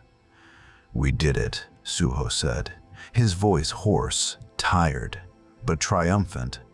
"We always do," Beru replied, proud, confident. "True. Confident. True." Suho found the strength to stand, to walk to the dungeon core, to shatter it, to end this place, to return home. The collapse, the rush back, the emergence into the real world, the northern district, the park, the afternoon sun. The guards cheered, actually cheered. A B-rank dungeon cleared solo. It was remarkable. It was newsworthy. But Suho just wanted to go home, to rest, to sleep, to let the day end. The journey back was long, quiet, peaceful. The city passed by his window, people living their lives, unaware of the battles fought for them, the dangers prevented, the protections provided. And that was okay. That was how it should be. They didn't need to know. They just needed to be safe. And they were. Suho reached his apartment as evening came again, the cycle completing, the day ending where it began. Home, safety, peace. He collapsed on the couch, every muscle aching, every bit of mana depleted, every ounce of energy spent. But he had succeeded. 3 dungeons, 3 days, 3 victories. The neighborhoods were safe. The neighborhoods were safe. The people were protected. The legacy was honored. Beru appeared beside him, not speaking, just being present, watching over him, as always. "Thank you," Suho whispered, "for everything." "It is my honor," Beru replied, "and my purpose, and my choice." Suho closed his eyes, surrendered to exhaustion, to rest, to the peace he had earned, and Beru began to speak, softly, gently, words washing over Suho like a warm tide. "Sleep now, young master. Your battles are won, your duties fulfilled, your rest is earned. Let go of the day, let go of the weight, let go of everything except this moment, this peace, this safety." The words were like a spell, a lullaby, a pathway into deep sleep. You are strong, you are worthy, you are exactly who you need to be. Your father would be proud. Your friends are grateful, your shadows are honored to serve you. Suho's breathing deepened, slowed, his body relaxing completely, sinking into the couch, into comfort, into rest. The forest of eternal twilight awaits you in your dreams, the mountain of quiet stones, the cavern of gentle echoes, the lake of tomorrow. All of them exist for you. All of them exist for you. All of them welcome you. All of them offer you peace. The apartment grew darker as evening became night. The city lights came on outside. The world continued its eternal rotation. But here, in this small space, time seemed to stop, to hold, to honor this moment of rest. Sleep, young master. Sleep deeply. Sleep peacefully. Sleep knowing you are protected. You are loved. You are never alone. And Suho did. He slept. The deepest sleep, the most peaceful rest, the most complete surrender to the healing power of true relaxation. His dreams were gentle, formless, just feelings of safety and warmth and belonging. No stories, no adventures, just peace. Pure, simple, beautiful peace. The night passed, hours flowing like water. Darkness holding the world in its gentle embrace, stars watching from above, moon making its slow journey across the sky, and in a small apartment in a large city, a young hunter slept, protected by his shadows, loved by his companions, worthy of his legacy. This was his story, not of constant battle, not of endless struggle, but of balance, of fighting and resting, of action and peace, of strength and vulnerability. This was the story of Suho, the Shadow Monarch's heir, a hunter, a protector, a human being doing his best in a difficult world. And that was enough. That was more than enough. That was everything. The night continued, the sleep continued, the rest continued, as it should, as it must, as it always would. Because every warrior needs rest. Every fighter needs peace. Every hero needs to be allowed to simply be human. And that's what this night was for. That's what every night is for. To rest, to restore, to remember that we are more than our duties, more than our battles, more than our struggles. We are human. We are worthy of rest. We are deserving of peace. We are allowed to simply be. So rest now, friend, wherever you are, whatever time it is, however your day has been. Rest, let go, surrender to sleep. You have earned it, you deserve it, you are worthy of it. Let the shadows watch over you, let the darkness hold you, let the night restore you. Close your eyes, breathe deeply, and sleep. Sleep peacefully. Sleep well. The world will be there tomorrow. Your duties will wait. Your battles will come again. But right now, in this moment, you are allowed to rest. So rest. Please, rest. For yourself, for your body, for your mind, for your spirit. You deserve this peace, this comfort, this moment of pure, simple rest. Sleep well, dear friend. Sleep well. The end of Season 1. Thank you for spending this time with me, for listening to the story, for allowing yourself to rest, for taking care of yourself. You did well today. Whatever you accomplished, whatever you struggled with, whatever you felt, you did well. And now you get to rest. You get to sleep. You get to simply be. I hope this story helped you relax, helped you unwind, helped you find that peaceful space where sleep comes naturally, where rest is easy, where peace is present. May your sleep be deep. May your dreams be gentle. May your rest be complete. And may you wake tomorrow refreshed, restored, and ready for whatever comes. Good night. Rest well. You are safe. You are protected. You are never alone. Sweet dreams, moonlit shadows, a relaxing tale, part 1 of 3. Welcome, dear listener. My name is Thomas, and I'm here with you tonight. Thank you for choosing to spend this quiet moment with me. Tonight, I'll be sharing a story called Moonlit Shadows, a tale inspired by the world of hunters, dungeons, and quiet heroism. Before we begin, I'm curious. What time is it where you are? Are you watching this in the late evening, perhaps with dim lights around you? Or maybe it's already deep into the night and you're settling into your bed, ready to let go of the day. Wherever you are, whatever time it shows on your clock, you're in the right place. Take a moment now. Breathe in slowly, hold it, and breathe out. Let your shoulders drop. Feel the surface beneath you supporting your weight. You don't need to hold anything anymore. Just rest. This story is meant for you to drift with, to float alongside. You don't need to remember every detail. You don't need to stay awake for every word. If your eyes grow heavy, that's perfectly fine. If you drift away and come back, that's exactly what should happen. This tale will be here, gentle and patient, like a quiet stream flowing beside you. Let's begin. Chapter 1. The Quiet Guild. The city sleeps under a blanket of stars. Streetlights hum their soft electric lullaby. Somewhere in this vast urban landscape, in a modest building tucked between a bookshop and a flower store, there exists a small guild. Not famous, not powerful, just there. The guild is called Moonlit Shadows. Fitting, isn't it? Inside, the office is dim.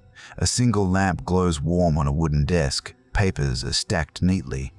A cup of tea, long gone cold, sits forgotten. The walls are painted a soft cream color, easy on the eyes. There's a couch against one wall, worn but comfortable. A small plant sits on the windowsill, its leaves reaching toward the moonlight. This is where our story finds Kai. Kai is 24 years old. He has dark hair that falls across his forehead, often messy because he forgets to comb it. His eyes are a gentle brown, the kind that seem tired but kind. He's not tall, not short, not strong, not weak. Average, people would say. Unremarkable. But Kai has a secret. Well, not really a secret. More like a quiet truth that no one has noticed yet. He's a hunter. E rank. The lowest of the low. The kind of rank that makes other hunters smile sympathetically. The kind that means you get the jobs no one else wants.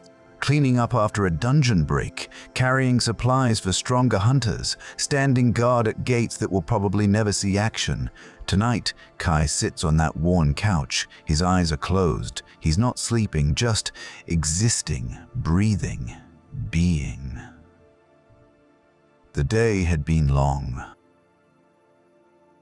He'd spent hours standing outside a C-rank dungeon, watching as a team of strong hunters cleared it efficiently.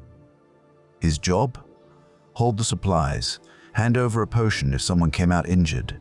No one did. They never do on C-rank dungeons, not with a full team of B-rank hunters running it. But Kai doesn't complain. Complaining takes energy he doesn't have. He opens his eyes slowly.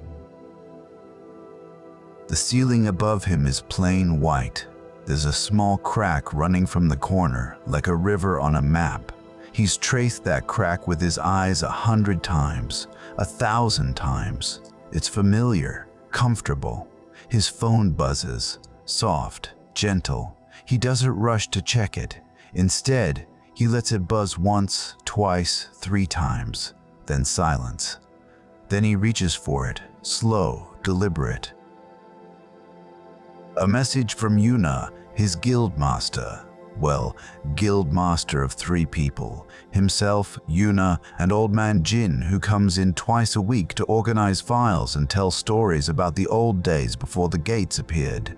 The message reads, "Rest well tonight. Tomorrow might be different." Kai smiles a little. Yuna always says things like that. Tomorrow might be different. Keep hoping. Your chance will come. She's optimistic. He likes that about her, even if he doesn't believe it himself. He sets the phone down on his chest, feels the slight weight of it, feels his chest rise and fall beneath it, breathing in, breathing out, the rhythm of existence. Outside, the city continues its quiet nighttime song. A car passes. Someone laughs in the distance. A dog barks once, then stops. Life happening everywhere, all the time, even in rest. Kai thinks about nothing in particular. His mind wanders like clouds drifting across a lazy sky. He thinks about the tea he forgot to drink, wonders if he should make another cup, decides against it. Too much effort. He's comfortable here. He thinks about the dungeon earlier, how the hunters moved with such confidence, how they laughed and joked even while fighting monsters, how easy they made it look. He wonders what that feels like, to be strong, to be needed, to matter. But these thoughts don't come with pain, not anymore. They're just observations, facts. The sky is blue, water is wet, Kai is E-rank. His breathing slows, deepens. The phone on his chest rises and falls like a small boat on gentle waves. Time passes. How much? Who knows? Time is strange when you're resting. Minutes feel like hours. Hours feel like minutes. Does it matter? A notification sound, soft, musical. The phone lights up, casting a pale glow. Kai doesn't move immediately. Lets the light exist there. Lets the notification wait. Everything can wait. Everything should wait. The world is too fast, too loud, too much. Here, in this moment, on this couch, nothing is rushing. Finally, he picks up the phone, holds it above his face. The light makes him squint a little. A system message. The kind that all hunters receive. The kind that usually means a new gate is open somewhere, or a dungeon needs clearing, or some announcement from the Hunters Association. He opens it. His eyes scan the words without much interest. Attention all hunters. A new gate has appeared in the Northern District. Rank unknown. Initial assessment team requested. Compensation offered for volunteers. Rank unknown. That usually means it's either very weak or very strong. Either way, E-rank hunters aren't usually wanted for initial assessments. Too risky if it's strong. Too wasteful if it's weak. Kai closes the message, sets the phone aside, closes his eyes again. Tomorrow. He'll think about it tomorrow. Right now, rest is what matters. Rest is what exists. Rest is everything. His mind drifts again. This time to memories. Old memories, soft ones. He remembers his mother's garden, how she would water the plants every evening as the sun set, how the water would catch the orange light, making little rainbows, how the earth would smell, dark and rich and alive. He remembers sitting beside her, small, young, watching her hands move with such care. She would hum. No particular song, just sounds, musical sounds, happy sounds. "Why do you water them every day?" he'd asked once. "Because they need care," she'd said. "Consistent care, not too much, not too little, just enough, just presence, just presence." Kai opens his eyes. The ceiling crack is still there, still the same, unchanging. He sits up slowly. His body protests a little. Stiff from lying still, he stretches, arms above his head, and yawns. The yawn feels good, releasing, letting go. He stands, walks to the window, looks out at the sleeping city. The moon is bright tonight, almost full. It casts everything in silver light. The bookshop below is dark, the flower store too. But their windows reflect the moonlight, making them seem magical, like something from a dream. Kai watches, just watches, no thoughts, no plans, just observation. A cat walks along the street below, black and white. It moves with that particular confidence cats have, like it owns the night, like the world exists for its pleasure. It pauses, looks up directly at Kai, then continues on its way. Kai smiles. "Good night, cat," he whispers to the glass. He turns from the window. The guild office is small, but it's his. Well, theirs, but tonight it's his. His space, his quiet, his peace.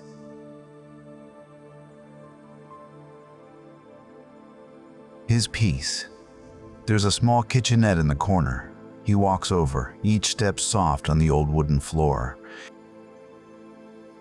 The floorboards creak gently, a comforting sound, proof of existence, proof of presence. He fills the electric kettle with water, presses the button, watches the light come on, red, glowing. The water inside begins its journey from cold to hot, from still to bubbling, from one state to another. Change, everything changes, even water. While the kettle heats, Kai leans against the counter. The cool surface feels good against his lower back. He crosses his arms loosely, comfortable, relaxed. He thinks about Yuna's message again. Tomorrow might be different. What would different look like? More of the same, probably. Another day, another dungeon, another moment of standing aside while others shine. But that's okay. That's fine. Everyone has their role. Not everyone can be the hero. Someone has to hold the supplies. The kettle clicks off. Steam rises, white and ghostly in the dim light. Kai pours the water over a tea bag. Chamomile. Gentle. Soothing. He watches the water change color, from clear to pale gold. The scent rises, floral and calming. He breathes it in. Let it fill his lungs. Let it remind him that simple pleasures exist. He carries the cup back to the couch, sets it on the small table beside it, sits down, feels the cushions accept his weight, feels the familiar comfort. The tea is too hot to drink yet, so he waits. Patience. Everything in its time. He picks up his phone again, scrolls through messages. Nothing urgent. Nothing important. Just the usual. Guild announcements, sale notifications, a message from his sister asking if he's eating well. He types back, "Yes, don't worry, how are you?" Send. The message whooshes away into the digital void. Connection. Even at night, even in solitude, we're never truly alone. His sister replies quickly, "Good. Working hard. Miss you."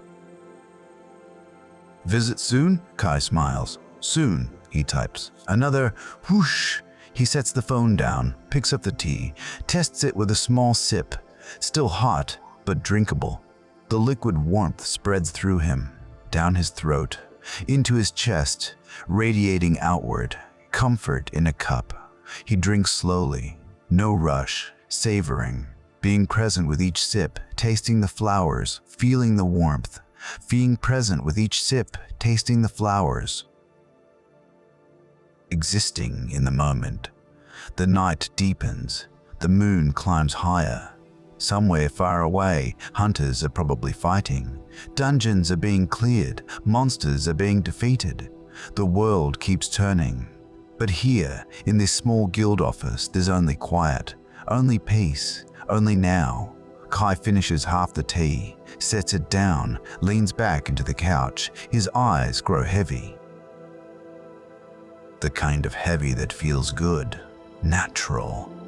Right. Should he go home?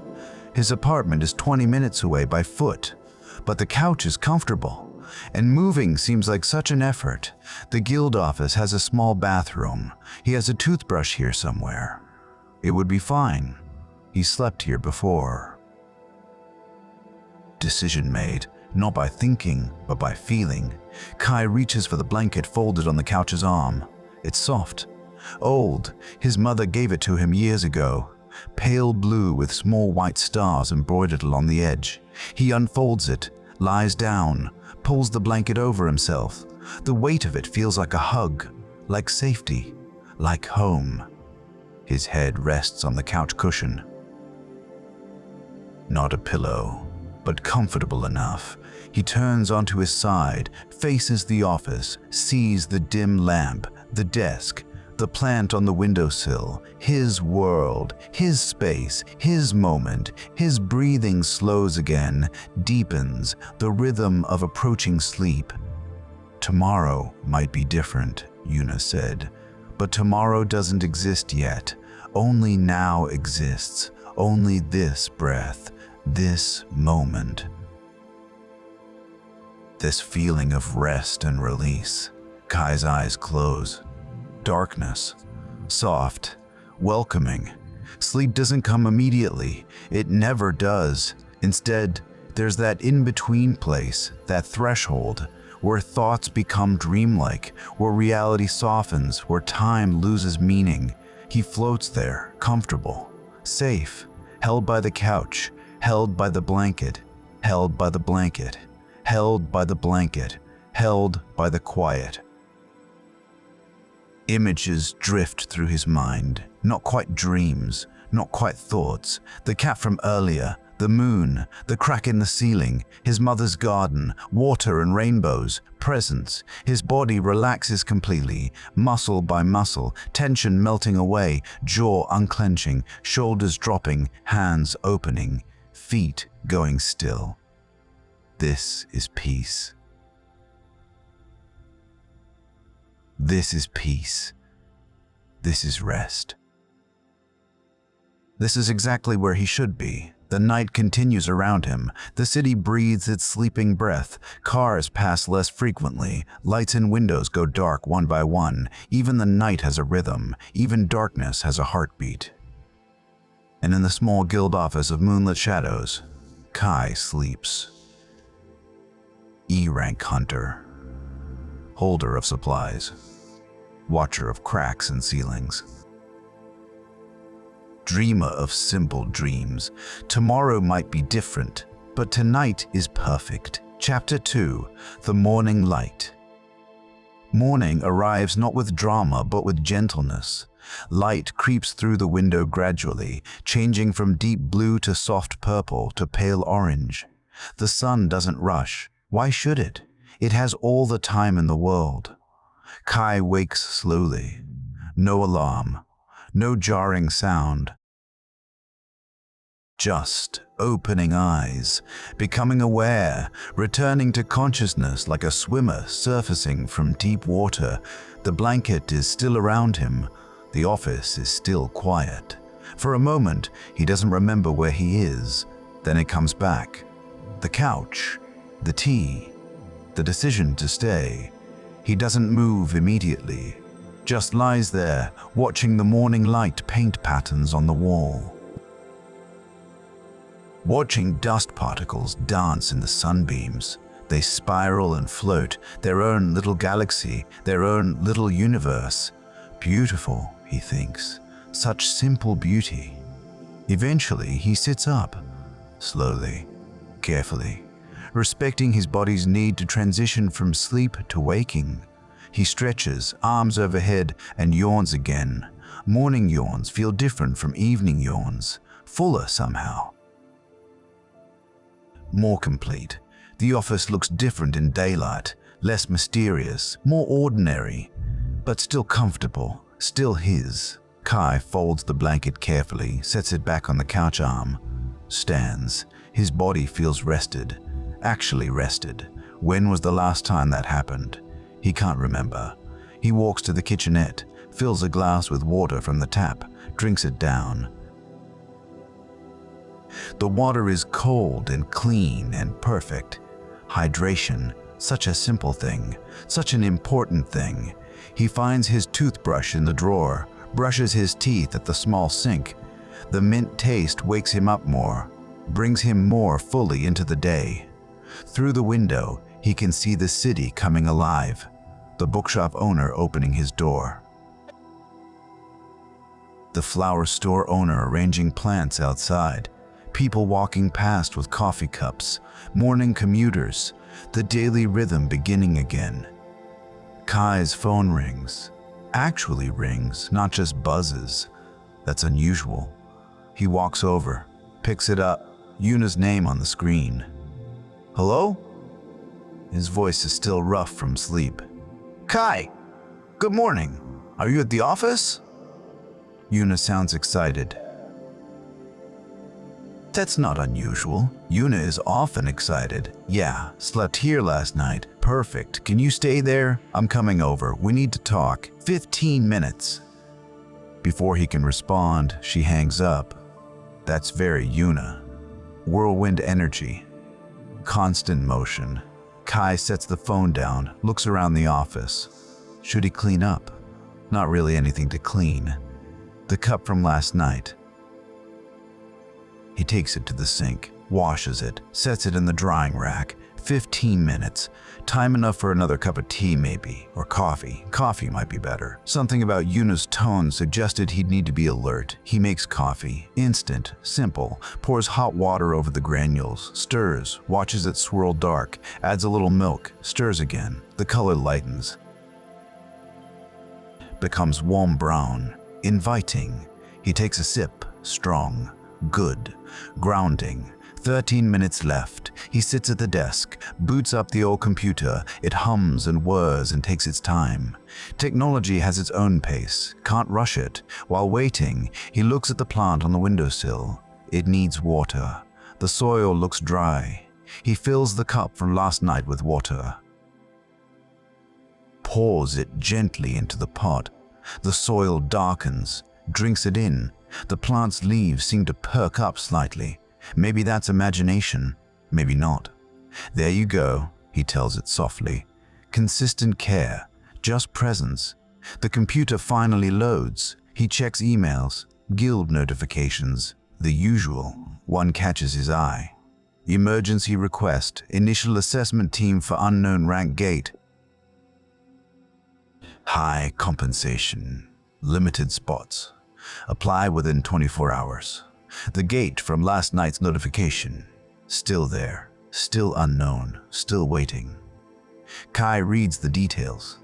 The gate appeared in an abandoned factory complex in the northern district. No mana readings initially, which was strange. Usually, gates radiate mana based on their rank. But this one, nothing.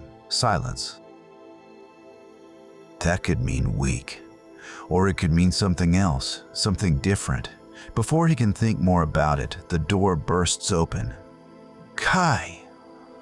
Yuna practically bounces in. She's wearing jeans and a bright yellow hoodie. Her hair is tied up in a messy bun. She looks like sunshine personified. Morning, Yuna. She drops a bag on the desk. The scent of fresh pastries fills the office. Brought breakfast. You probably haven't eaten. She's right. He hasn't. Thanks. Okay, so... She pulls up a chair, sits backward on it, arms folded on the back. Her eyes are bright with excitement. That gate. The unknown rank one. We're going. Kai blinks. We? Yes. Well, you. But we're a guild, so we. Yes. Well, you. But we're a guild, so we. I submitted our application last night. They accepted this morning. We're part of the initial assessment team. Yuna. Kai shakes his head slowly. We don't know what rank it is. It could be dangerous. Exactly. Unknown means possibility. Could be E rank. Could be exactly our level. Could be S rank. Won't be. S rank gates have massive mana readings. This has none, so it's either very weak or, she pauses, or something new. Either way, they're paying well, really well, enough to cover guild expenses for 3 months, Kai considers. 3 months of expenses, that's significant. The guild barely makes enough to cover rent most months. This could help, really help. When? He asks. This afternoon, 3 p.m. They want a team of 5. 2 are already assigned, higher ranks. B and C, they need 3 more lower rank hunters to test different approaches. Lower rank, expendable, she means, but doesn't say. Kai appreciates that. He looks at his coffee, half finished. The morning was so peaceful, and now this. But that's life, isn't it? Peace interrupted. Calm broken. The world making demands. Okay, he says quietly, I'll go. Yuna's face lights up. Really? Great! Oh, this is so exciting. Your first real mission assessment. I've been on missions before. You've carried supplies. This is different. You'll actually assess, actually contribute, actually matter. She says the last word with emphasis. Like it's important. Like he's important. Kai doesn't know how to respond to that, so he just nods. Eat. Yuna pushes the bag toward him. You need energy. Then we'll go over the briefing details. They sent a whole packet. He reaches into the bag, pulls out a croissant. It's still warm, flaky, golden. He takes a bite. Butter and layers and deliciousness. Simple. Perfect. Yuna pulls out her laptop, opens files, starts talking through details, gate location, meeting point, safety protocols, emergency procedures, what to bring, what to expect, or rather, what not to expect, since they don't know what to expect. Kai eats and listens, lets her words wash over him, absorbs what he needs to, lets the rest flow by. He's learned that with Yuna. She provides so much information that you can't hold it all. You just catch what you can. The B rank hunter is someone named Mira. Apparently, she's really experienced, done hundreds of assessments. And the C rank is a guy named Leo, newer but talented. Then us and two others, haven't gotten their details yet. Kai finishes the croissant. Takes another sip of coffee. The caffeine is starting to work, waking him up, bringing clarity. You okay? Yuna stops talking, looks at him with actual concern. Behind the excitement, she cares. He knows that. Yeah. Just, it's early. Big news. Too big? We can back out. I can tell them something came up. He considers. Could back out. Stay here. Stay safe. Stay E-rank forever, carrying supplies and holding positions and never really participating. Or go. Try. See what happens. Maybe tomorrow will be different. No, he says. Let's do it. Yuna grins. That's my guild member. Okay, so we leave at 2. That gives us time to prepare. Let's make a checklist. They spend the next hour going through preparations. What to pack. What to wear. How to stay safe. Yuna is thorough.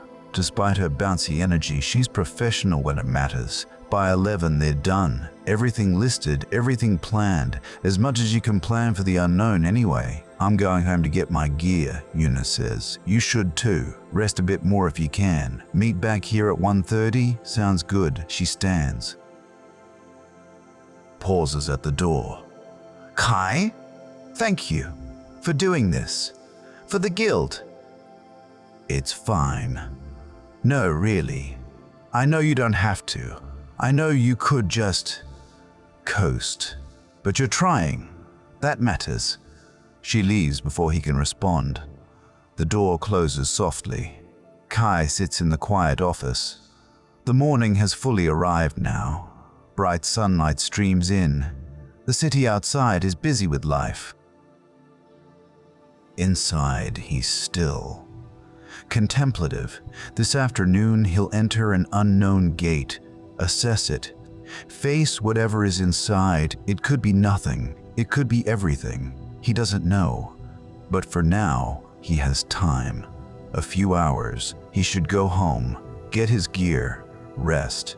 Instead, he stays seated, drinks the last of his coffee.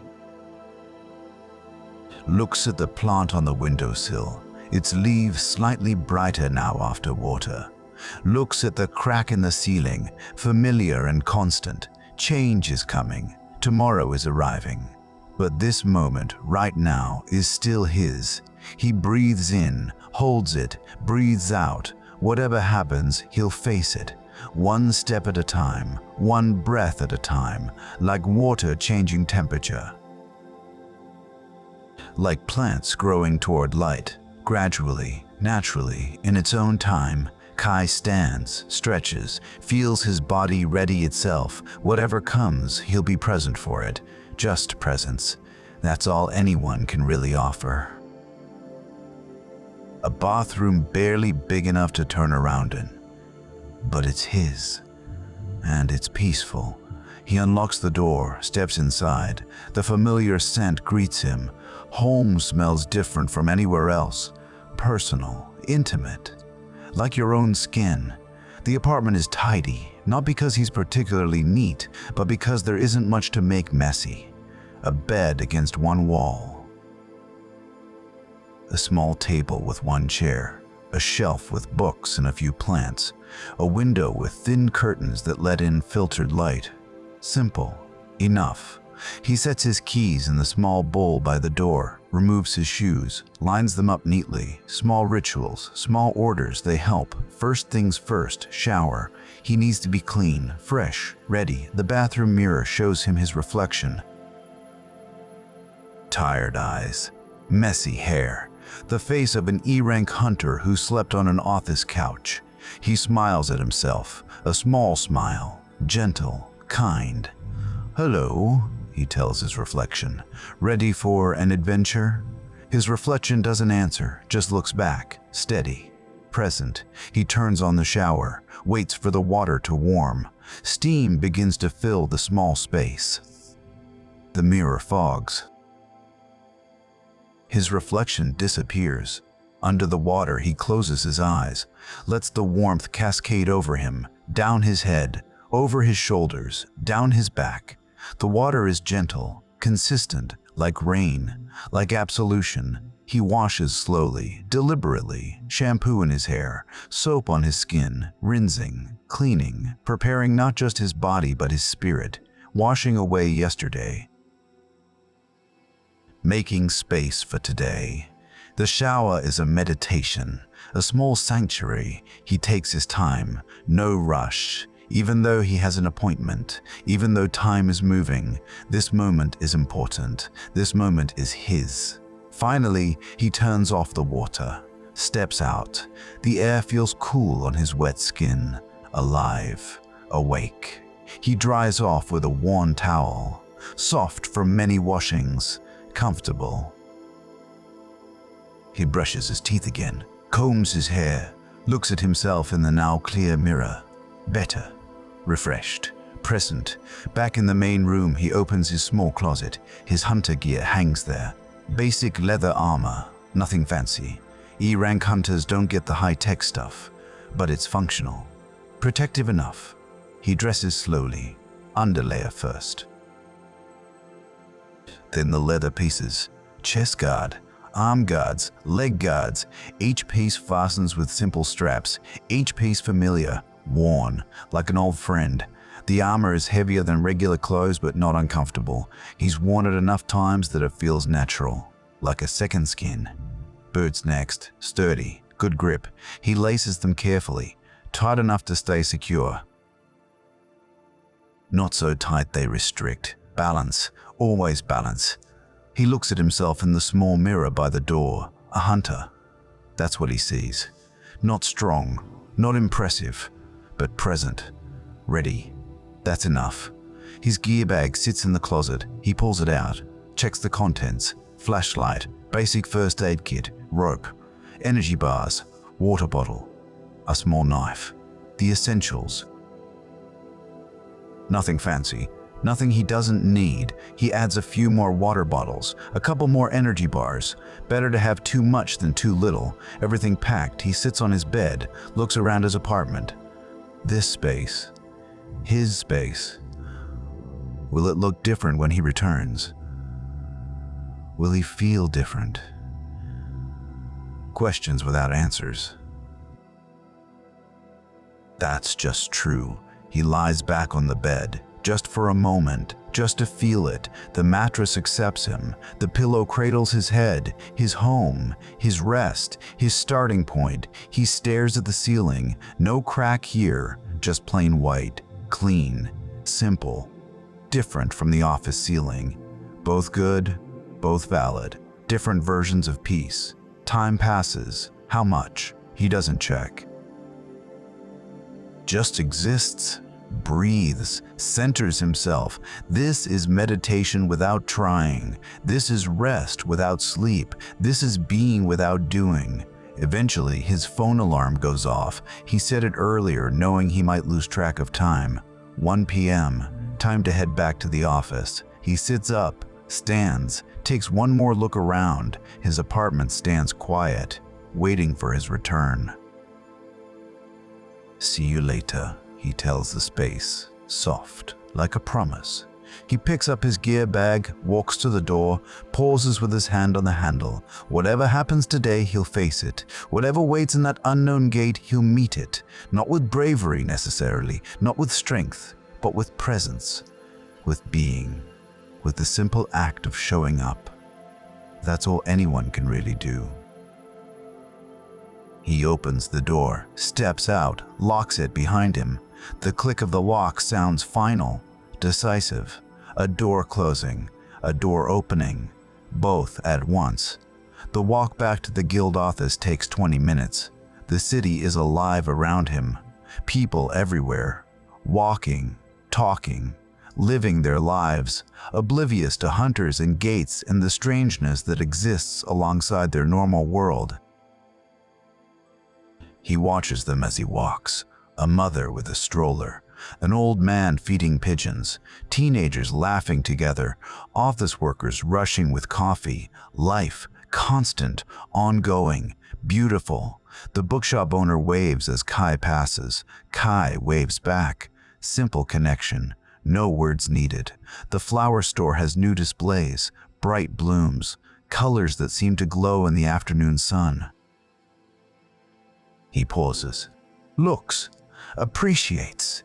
Beauty exists, even before danger, especially before danger. He arrives at the guild office at 1:20. Early. That's okay. Better early than late. Better prepared than rushed. Yuna is already there. She's changed into her hunter gear. Dark blue armor. More advanced than his. She's C rank.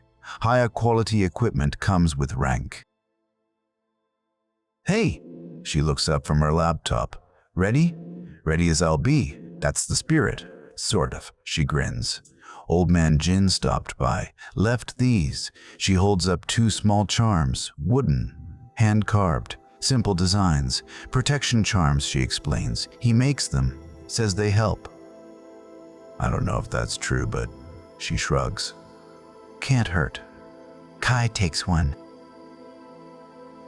It's warm from Yuna's hand. The wood is smooth, polished, loved. He can see the care in the carving, the intention. Tell him thank you. Will do. He said to be safe and to trust ourselves. Good advice. They spend the next few minutes doing final checks. Equipment, supplies, information, everything needed, everything ready. At 1:45, they leave the office. Lock the door. Walk together toward the meeting point. The northern district is about 30 minutes by subway. They descend into the underground station, swipe their cards, wait on the platform. Other people wait too, normal people. Going about their days, unaware that 2 hunters stand among them, heading toward potential danger. That's how it works. 2 worlds. Overlapping but separate. The train arrives. They board, find seats. The train lurches into motion. Kai watches the tunnel walls blur past. Dark, fast, hypnotic. The rhythm of the train is soothing. Clack, clack, clack, clack. Steady, reliable. Mechanical meditation. Yuna scrolls through her phone. Quiet for once. Maybe nervous. Maybe focused. You ever done an assessment before? Kai asks. Once. When I was D rank. It was intense, but good. Made me realize I could handle more than I thought. What rank was it? Turned out to be C rank, just barely. We cleared it, no casualties, but it was close. And this one's unknown. Yeah, she looks at him. Nervous? Should I be? Probably. I am. But that's okay. Nervous means you care, means you're taking it seriously. He nods, looks back at the window. His reflection looks back at him from the dark glass. Ghost-like, transparent, there but not there. Whatever happens, Yuna says quietly, we'll handle it together. That's what guilds are for. Yeah. The train continues. Station after station. People getting on. People getting on. People getting off. The flow of humanity, constant.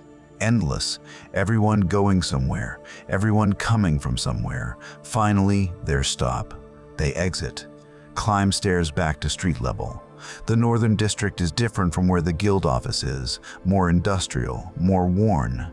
Buildings with faded paint, warehouses, factories, some operational, some abandoned. The meeting point is an empty lot near the old factory complex. They can see the gate from a distance. It's visible even to non-hunters, a shimmer in the air, a tear in reality, like looking at water that isn't there. Other people are already present. Kai counts 5. 3 must be the other hunters. 2 look like officials from the Hunters Association. Clipboards. Serious expressions. Bureaucracy in action. As they approach one of the hunters' turns, a woman, tall, strong build, dark hair pulled back. She wears high-quality armor. This must be Mira. Chapter 4. The Assessment Team. Mira's eyes are sharp, assessing. She looks at Kai and Yuna, taking them in with a single glance, not dismissive, not welcoming, just observing. "You're from Moonlit Shadows," her voice is steady, professional. "Yes," Yuna responds. "I'm Yuna, C rank. This is Kai, E rank." Mira nods. "Mira, B rank. Done about 200 gate assessments. You?" "1," Yuna admits. "First," Kai adds. Mira's expression doesn't change. "That's fine. Everyone starts somewhere. Just follow protocols and we'll be okay." Another hunter approaches. Young, maybe 21, bright eyes, excited energy. His armor is new, shiny, untested. "Hey, I'm Leo, C rank. This is so cool, right? An unknown gate. Could be anything." His enthusiasm is almost tangible. It vibrates in the air around him. "Could be dangerous," Mira says flatly. "Yeah, but that's the exciting part." Leo grins. He doesn't seem worried. Youth, optimism, or maybe just inexperience. The other 3 hunters arrive together. 2 men, 1 woman, all E rank like Kai. They introduce themselves, names that Kai tries to remember but knows he might forget. Everyone's nervous. It shows in small ways. Fidgeting hands, shifting weight, 2 bright smiles. The association officials step forward. One is older, gray hair, tired eyes.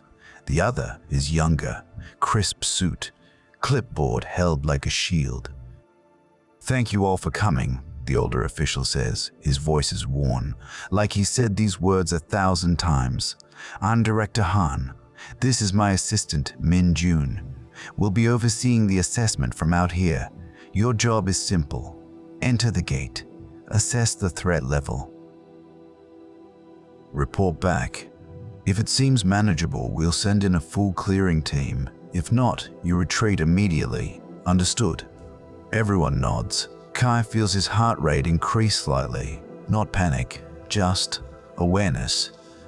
Presence. "The gate appeared at 0300 hours, Director Han continues.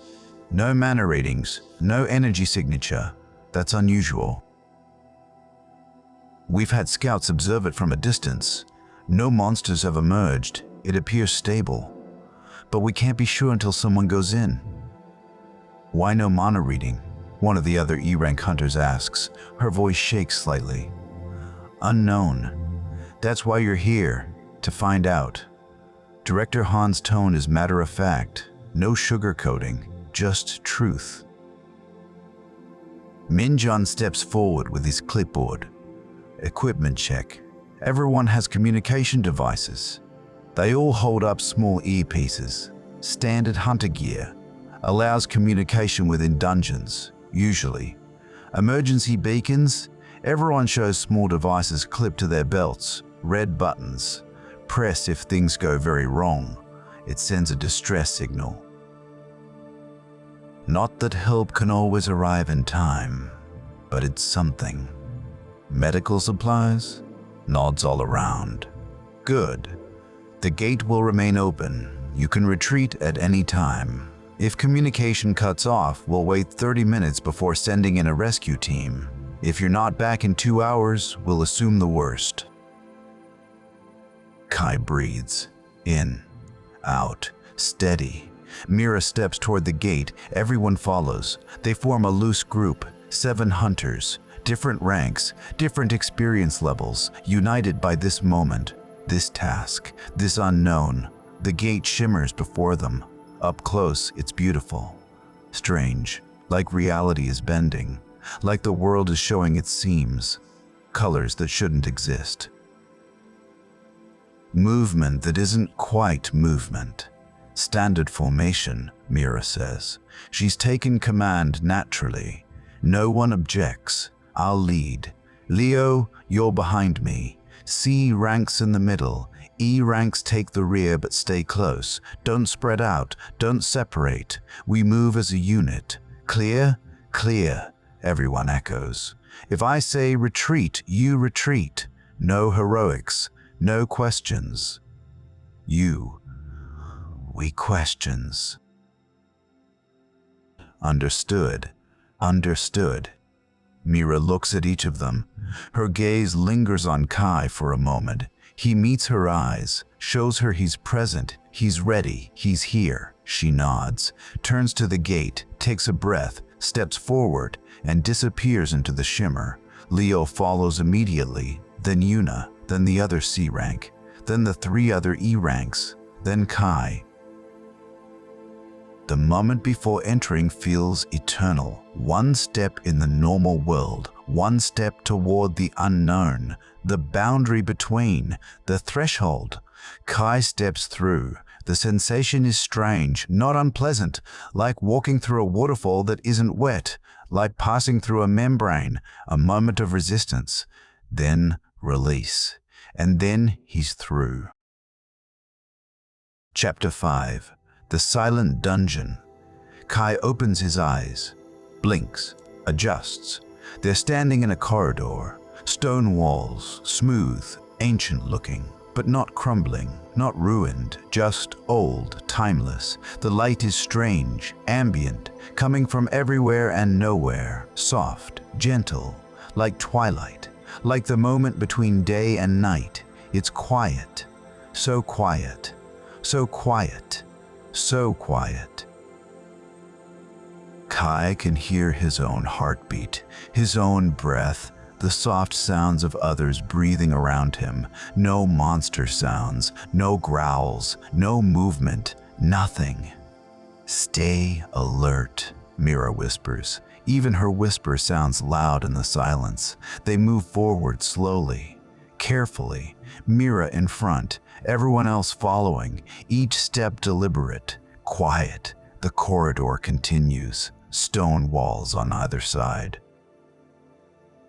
Ceiling above, floor beneath, simple, clean, empty. This is weird, Leo mutters. Where are the monsters? Quiet, Mira orders, but her tone suggests she's thinking the same thing. They walk for what feels like minutes but might be longer. Time feels strange here, elastic. Kai checks his watch, but the hands aren't moving, stopped. Or maybe time itself is different inside. The corridor opens into a chamber, large, circular, still no monsters, still no threats, just space, empty space. In the center of the chamber is a pedestal. On the pedestal is a book, old, leather-bound, simple. Everyone stops, stares. What is this? One of the E-rank hunters asks. Mira approaches slowly, cautiously, watching for traps, for triggers, for anything. But there's nothing, just the pedestal, just a book. She reaches out, touches the book, nothing happens. She picks it up, still nothing, opens it. It's a diary, she says, confusion in her voice. Someone's diary. In a dungeon? Leo steps closer. Let me see. Mira hands it to him. He flips through pages. The writing is in Korean, recent handwriting. Not ancient? This doesn't make sense. What does it say? Yuna asks. Leo reads aloud. Day 1. I've entered this place. It's peaceful, quiet, like the world has stopped. I think I'll stay here for a while. Just rest, just be.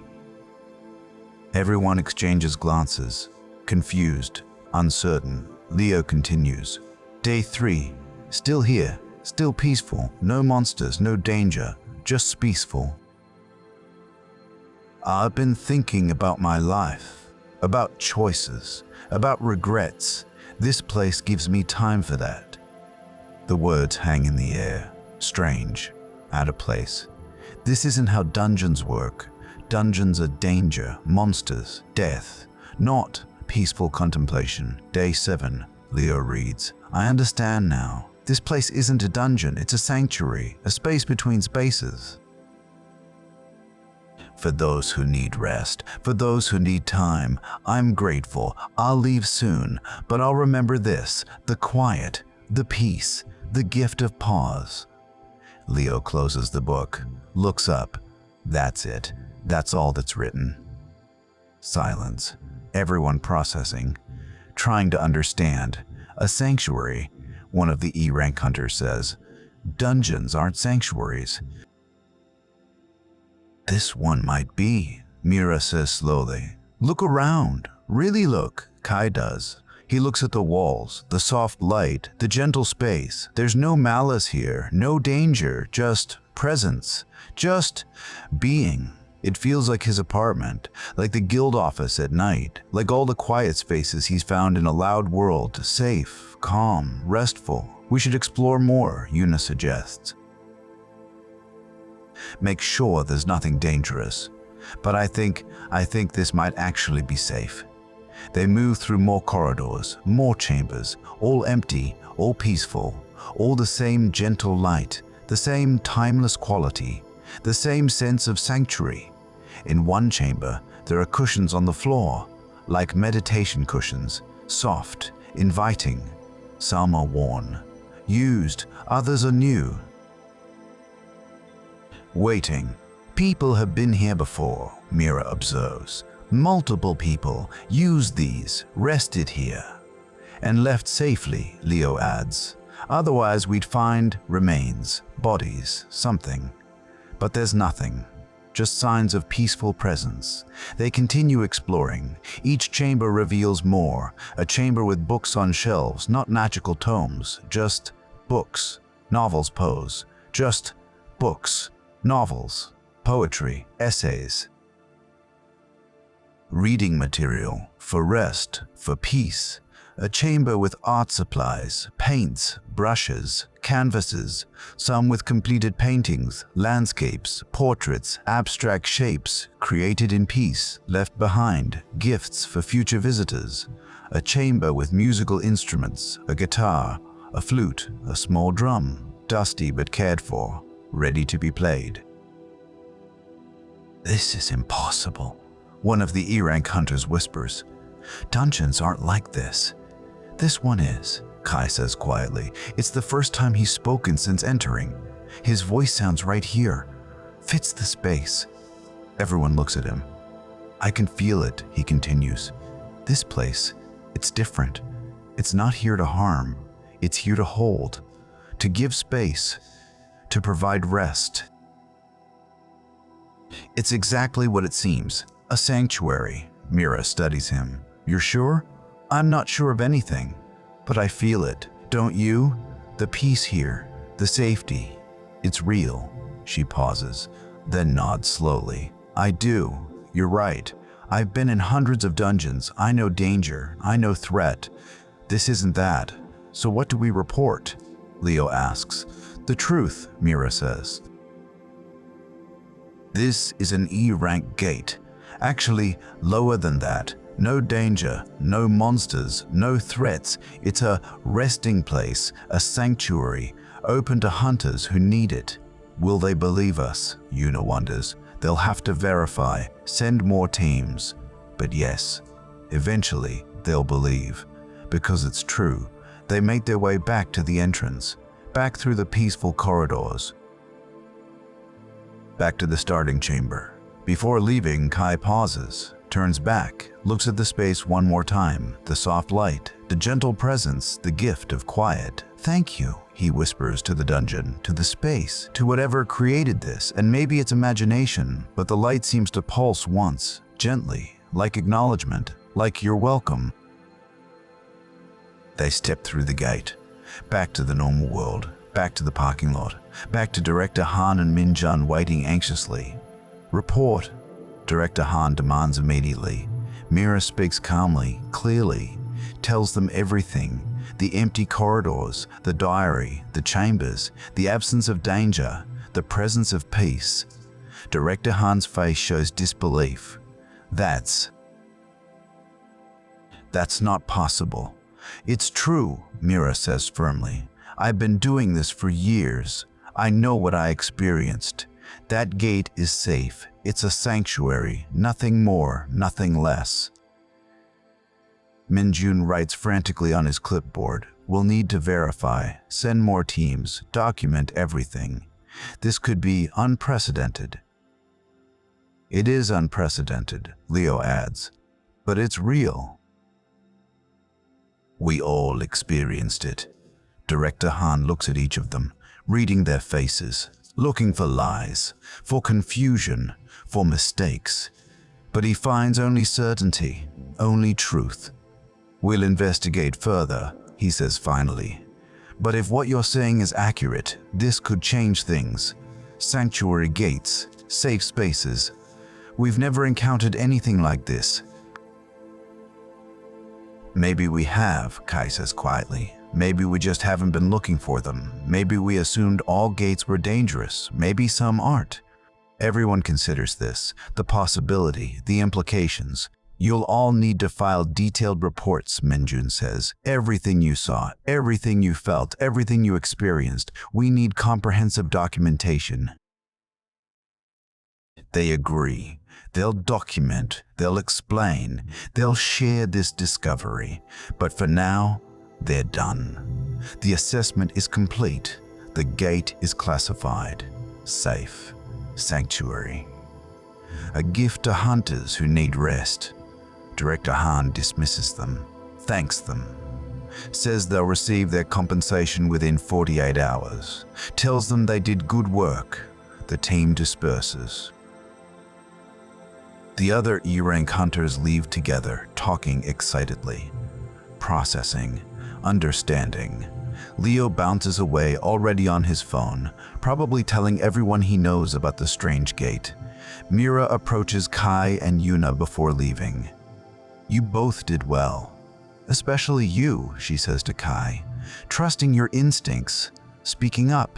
That matters in this work. Keep at it. She leaves. Confident, capable, alone. Kai and Yuna stand in the empty lot. The gate still shimmers behind them. Peaceful, waiting, ready for the next person who needs sanctuary. That was unexpected, Yuna says. Yeah. But good. Really good. Yeah. They start walking back toward the subway station. The sun is lower now. Late afternoon. Golden light. Long shadows. Beautiful. Kai? Yuna says after a while.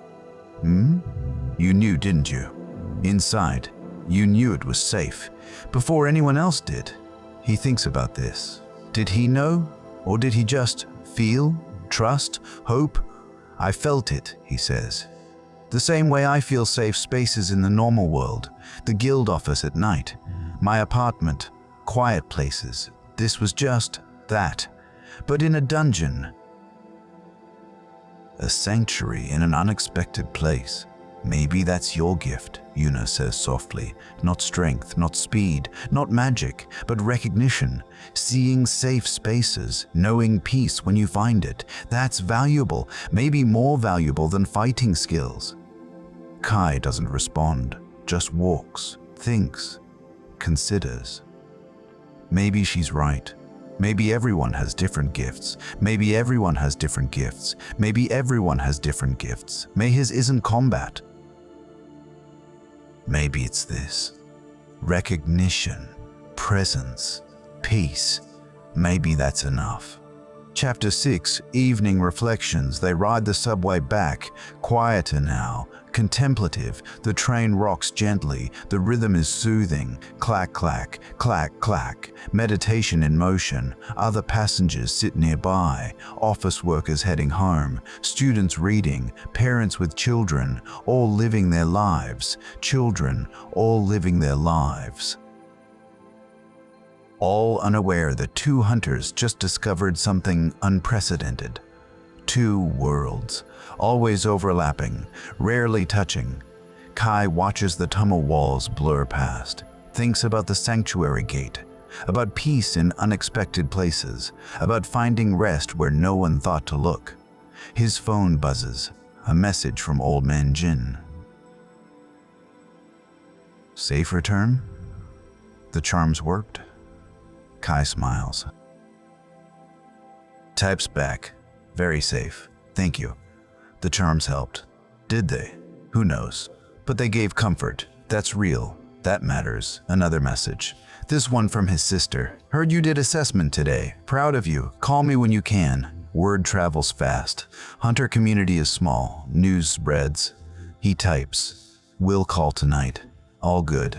Love you. Even through screens, even across distances, when never truly alone, Yuna dozes beside him, her head tilted back against the seat, mouth slightly open, vulnerable, peaceful. This morning she was excited, now she's exhausted. The weight of experience, even safe experiences, take energy. Kai lets her sleep, guards her rest, small acts of care. Guild members watch out for each other. The train reaches their stop. He gently touches Yuna's shoulder. Hey, we're here. She startles awake. Oh, sorry. Dozed off. It's fine. He needed it. They exit the train, climb stairs, emerge into early evening. The city is transitioning, day ending, night beginning, the in-between time, Kai's favorite time. Want to grab dinner? Yuna asks. I'm buying. To celebrate. Celebrate what? Successful first assessment, discovering something amazing, not dying. She grins. Kai considers. He's tired, wants quiet, wants his apartment, but also community, connection, sharing experiences. That matters too. Okay, something simple though. Perfect. I know a place. They walk to a small restaurant nearby. Casual, warm, the kind of place that feels like home. They order ramen, simple food, comfort food, nourishing. While waiting, they talk. Not about the gate, not about hunting, just life. Small things, big things, everything in between. Yuna tells him about her family, her younger brother who wants to be a hunter too. Her parents who worry but support her. Her cat who knocks things off shelves for attention. Kai tells her about his sister. The garden his mother used to tend. Books he's reading. The plant on the guild office windowsill that he waters every few days. Normal conversation. Human conversation. This is what matters. Not ranks, not achievements, not status. Just people. Being people. Together. The ramen arrives, steaming, fragrant, beautiful. They eat slowly, savoring. The broth is rich, the noodles perfect, the egg soft-boiled, simple perfection. I'm glad you joined the guild, Yuna says between bites. When you first came to interview, I wasn't sure. You seemed so quiet, uncertain. But now I see. You're exactly what we needed. Steady. Present. Real. Kai doesn't know how to respond to that, so he just nods, continues eating. I mean it, she presses. We're going to do good things, the three of us. Moonlit shadows might not be big, but we can still matter, still help, still make a difference. Yeah, Kai agrees. We can. They finish their meal. Yuna pays, as promised. They leave the restaurant. Stand outside in the cooling evening air. Get some rest tonight, Yuna says. Real rest, in your actual bed, not the office couch. I will. Good. We'll debrief more tomorrow, write our reports, process everything. But tonight, just rest. You earned it. She hugs him quickly, surprisingly, then walks away waving, her energy restored, her spirit bright. Kai stands alone on the street. Evening deepening into night, the transition complete, darkness settling, stars beginning to emerge. He walks home slowly, no rush. The city is beautiful at this hour. Lights in windows, people visible in their homes, living rooms, kitchens, bedrooms, private worlds glimpsed from outside, humanity in small frames. He reaches his building. climbs stairs, unlocks his door, steps inside. Home. The apartment welcomes him. Quiet, familiar. His. He removes his armor piece by piece, sets it aside carefully. The leather holds the memory of the day, the gate, the discovery, the peace found in unexpected places. He changes into comfortable clothes, soft pants, an old t-shirt, fabric that feels like comfortable clothes, soft pants. His phone rings. His sister. He answers. "Hey, Kai, tell me everything." "Jin uncle said you went into an unknown gate and found something incredible." He smiles, settles onto his bed, tells her the story, all of it. The gate, the corridors, the diary, the chambers, the sanctuary. She listens, gasping at appropriate moments, asking questions, marveling at the strangeness, marveling at the strangeness. "That's amazing," she says when he finishes. "A peaceful dungeon. Who would have thought? Not me, not anyone." "But you recognized it, you trusted it. That's so you, Kai. Finding peace where others might see danger." Is that him? He supposes it might be. They talk longer, about nothing, about everything, family conversation, the best kind. Eventually, she yawns. "I should let you rest. Big day tomorrow?" "Just paperwork. Reports. Still, rest well. I'm proud of you. Always. Love you too." They hang up. The apartment settles back into silence. But it's not lonely silence. It's peaceful silence. Full silence. The kind that holds rather than empties. Kai makes tea. Chamomile again. His evening ritual. While the water heats, he stands at his window, looks out at the city. So many lights, so many lives, each person with their own story, their own struggles, their own moments of peace. The gate today, maybe it exists for moments like this, when someone needs to step away, when the world is too much, when rest becomes necessary for survival. A gift from whatever forces create these gates. Balance. For every dangerous dungeon may be a sanctuary. For every threat may be a refuge. The kettle clicks off. He pours water over the tea bag, watches the color change, breathes the floral scent, carries the cup back to his bed. He sits, sips, feels the warmth spread through him. Today was strange, unexpected, but good.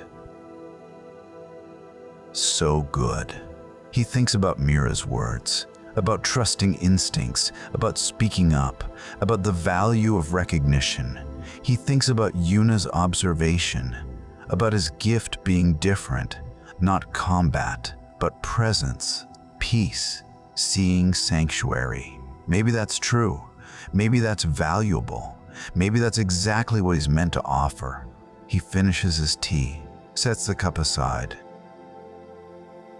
lies back on his bed, properly, in his own space, his own mattress, his own pillow, home rest, the best rest. He doesn't try to sleep yet, just lies there, existing, being, present with himself, with this moment, with the quiet. His body relaxes completely, muscle by muscle, the tension of the day melting away. His breathing slows, deepens, natural, easy slows, deepens, natural, easy. Outside, the city continues, always continuing, but here, in this room, there's only stillness, only peace, only now. Kai's eyes grow heavy, the good kind of heavy. Earned rest, deserved rest. He lets them close, doesn't fight it, just allows. Sleep comes gently, like a friend, like welcome, like home. And as he drifts, his last conscious thought is simple. Tomorrow might be different, but today was enough. Today was good. Today was exactly what it needed to be. He sleeps. Chapter 7, Dreams and Dawning. In sleep, Kai dreams. Not nightmares, not chaos, just images, gentle, flowing. He dreams of the sanctuary gate, walking through its corridors again. But this time, he's alone. No team, no mission, just himself. And it's peaceful, so peaceful. He enters the chamber with cushions, sits, crosses his legs, breathes. The soft light surrounds him, holds him, accepts him. In the dream, he understands. This place exists between places, a fold in reality, where time moves differently, where peace is possible, where rest is sacred. A figure appears, not threatening, just there appears, not threatening, just there. Made of light, or maybe made of the absence of light. Hard to tell. The boundaries are unclear. You recognized us, the figure says, voice like wind, like water, like everything and nothing. Yes, Kai responds, dream logic. Understanding without question. Not everyone does. Most bring fear, bring expectations of danger. But you brought openness, brought recognition, brought acceptance. This place is needed, Kai says. Everyone needs sanctuary sometimes. Yes, you understand. That's rare, that's valuable. Remember this, carry this, share this. The figure fades. The dream shifts. Now he's in his mother's garden, young again, small, watching her water plants, the evening sun, the rainbows in the water spray, the evening sun, the rainbows in the water spray, the smell of earth. Presence, his mother says without turning. That's all anything needs. Just presence, just care, just being there. I remember, Kai tells her. Good. Don't forget. The world needs people who remember how to be present, how to recognize peace, how to create sanctuary. The dream shifts again. He's floating now, through space, through stars, through endless dark punctuated by points of light. It should be scary, but it's not. It's beautiful, vast, peaceful. He understands something in this moment, something important, something true. Every point of darkness contains potential light. Every moment of chaos contains potential peace. Every person contains potential sanctuary. It's all there, always, waiting, ready. Just needs recognition, just needs presence, just needs someone to notice.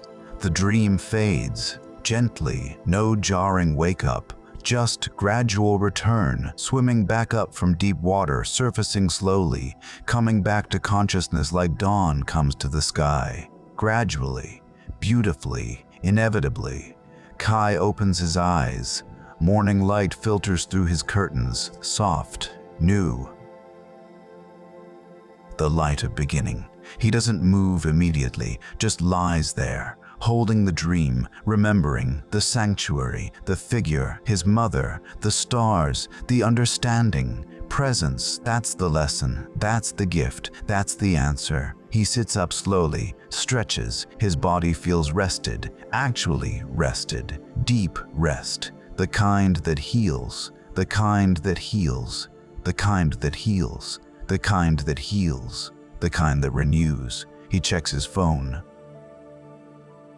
8 a.m. Messages waiting. He scrolls through them. One from Yuna. Morning. Come to the office when you're ready. Let's write reports together. Coffee on me. One from Director Han. Compensation has been deposited. Thank you for your service. More teams will verify your findings today. Expect follow-up questions.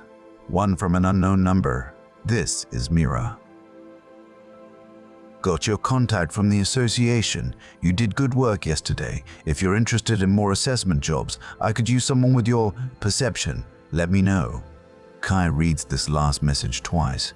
Mira, the experienced B-rank hunter, offering him more work, recognizing value in what he offers. Not strength, not combat skill, but perception. Presence, recognition. He doesn't respond immediately, just sits with it, considers. More assessment work would mean more experiences like yesterday, more discoveries, more chances to find unexpected things, more opportunities to recognize peace where others might miss it. That appeals to him. That feels right. He gets up, morning routine, bathroom, wash face, brush teeth, simple acts. Grounding acts, bringing himself fully into the day. He makes coffee, stands at his window while he brews. The city is awake now, people rushing, cars moving, life in full motion. But here, in his apartment, there's still quiet, still peace, his own personal sanctuary. The coffee smells rich, dark, inviting. He pours a cup, adds milk, stirs, watches it swirl. Brown becoming lighter, two things becoming one, unity. He drinks, feels the warmth, the caffeine, the gentle wake-up, his body and mind coming fully online, ready, present, here. He dresses casually, no armor today, just jeans, a comfortable shirt, normal clothes. Today's paperwork, reports, processing, no danger, no gates. Sharing the experience. Before leaving, he waters his plants, the small ones on his shelf. They've been waiting patiently. He fills his cup with water, pours it gently into each pot, watches the soil darken, accepts the water. The plants seem to brighten. Maybe imagination, maybe not. There you go, he tells them softly. Presence, care, that's all you need. He grabs his keys, his phone, his wallet, the essentials, pauses at the door, looks back at his apartment, his sanctuary, his space, his home. Thank you, he tells it, like he told the gate yesterday. Gratitude for space, for peace, for being held. The morning air outside is crisp, fresh, new. He breathes it deeply, feels it fill his lungs, clean oxygen. Life feels it fill his lungs, clean oxygen, life force. The walk to the guild office is pleasant. Familiar route, familiar sights. The bookshop owner is arranging new arrivals in the window. The flower store has fresh bouquets, colors bright in morning sun. Beautiful. He reaches the guild office. The door is unlocked. Inside, Yuna is already there. 2 coffee cups on the desk, her laptop open, papers spread out. She looks up when he enters. Smiles, bright, warm, like sunshine.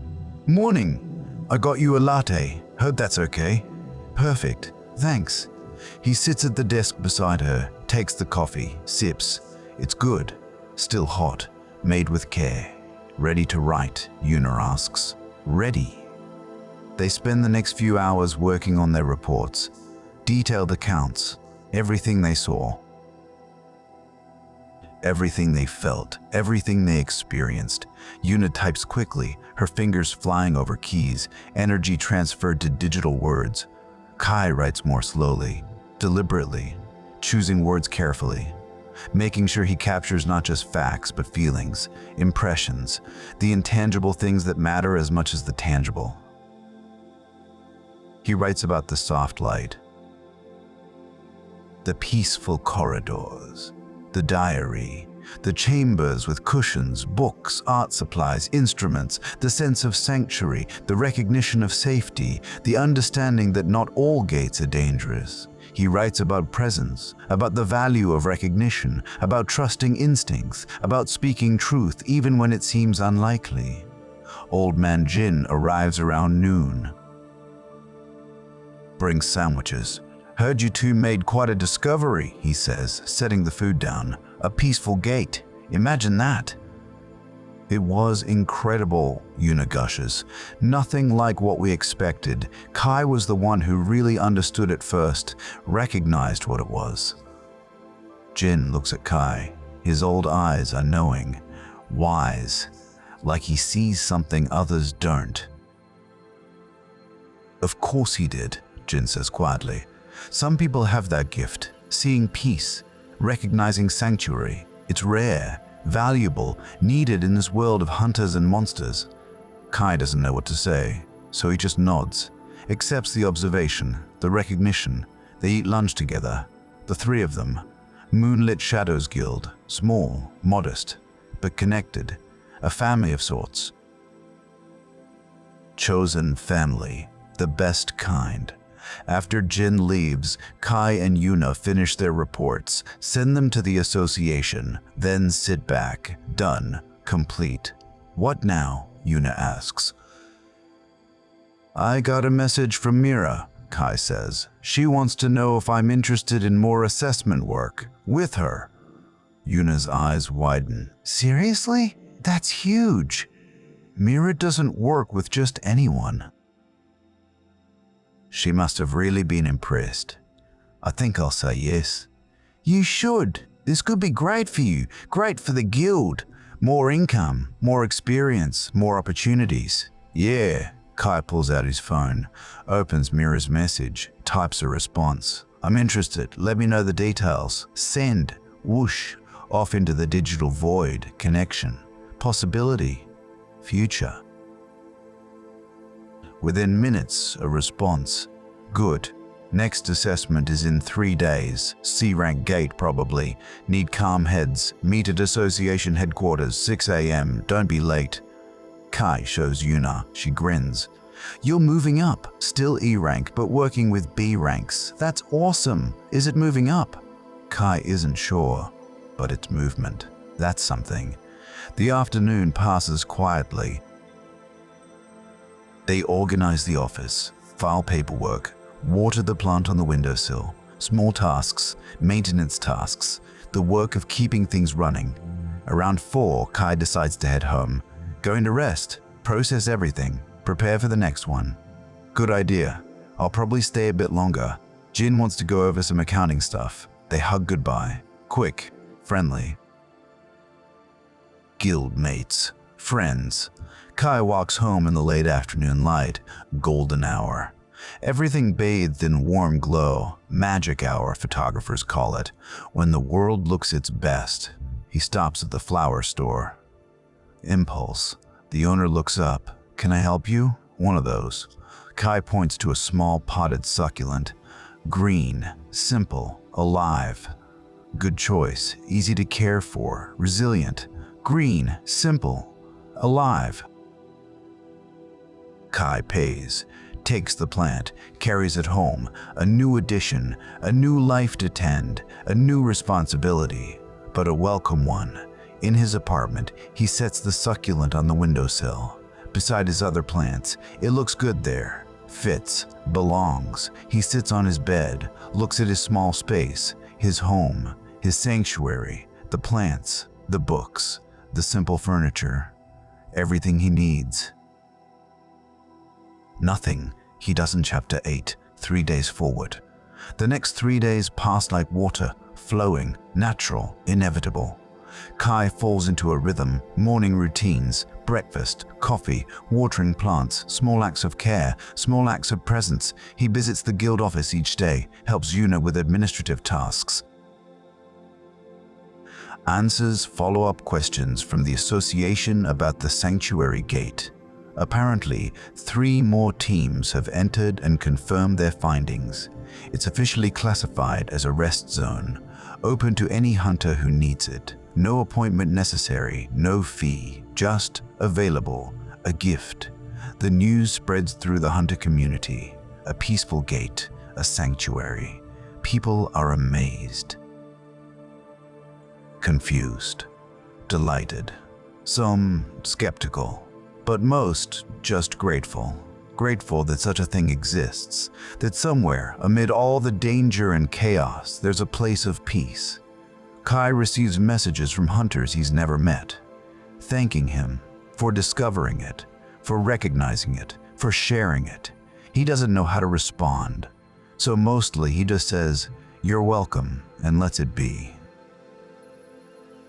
On the second day, he visits his sister, takes the train to her neighborhood. She lives in a small apartment, works at a library. Quiet life, simple life, good life. She makes tea when he arrives. They sit on her balcony, watch the street below, talk about nothing, everything. "Life. You seem different," she observes. "Calmer, more centered." "Do I? Yeah." "Like you found something. Or maybe like something found you." He considers this. Maybe she's right. Maybe the sanctuary gate changed something. Not externally, internally. A shift, a recognition, an understanding. "I think I'm learning what I'm good at," he says slowly. "Not fighting, not being strong, but recognizing, seeing, understanding. That's valuable too." She nods, understanding. "That's valuable too." It is. Very valuable. The world needs people who can see peace, who can create sanctuary, who can hold space for others. They sit in comfortable silence. Siblings. Understanding without words, connection without effort. On the third day, Kai prepares. The assessment with Mira is tomorrow, 6 a.m. He packs his gear carefully, checks everything, makes sure he's ready. That evening, he cooks a proper meal. Vegetables, rice, tofu, simple food, nourishing food. He eats slowly, mindfully, tasting everything, present with the act of feeding himself, caring for himself. After dinner, he takes a long shower, hot water, steam, washing away not dirt but tension, preparation, making space. He sets his alarm for 4:30 a.m. Early, very early. But necessary. He needs time to wake properly, to arrive centered, to be present. Before bed, he stands at his window, looks out at the city, the lights, the movement, life continuing, always continuing. He breathes deeply, in through his nose, out through his mouth, grounding, centering, being. "Tomorrow," he whispers to the night, "whatever comes, I'm ready. I'm present. I'm here."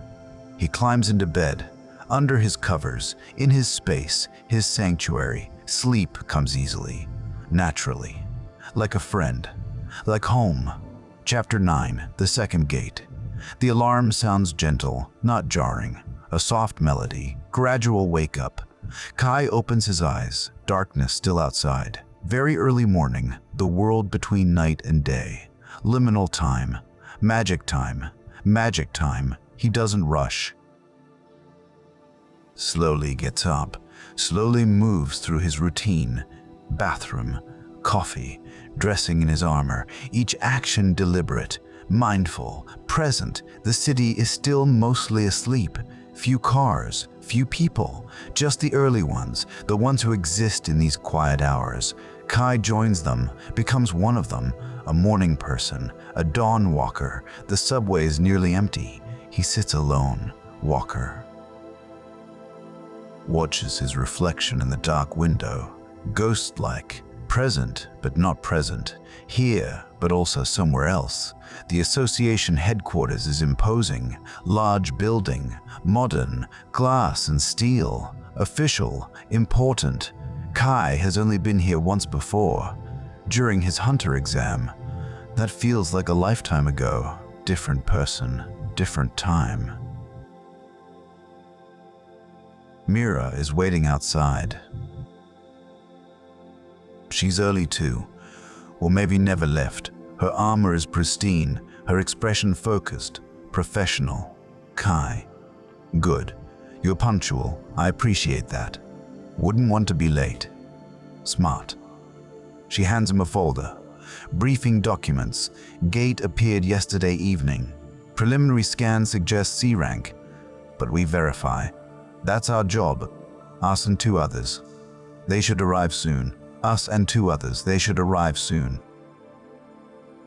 Kai opens the folder, reads, "Location, Industrial District, East Side, near old warehouses.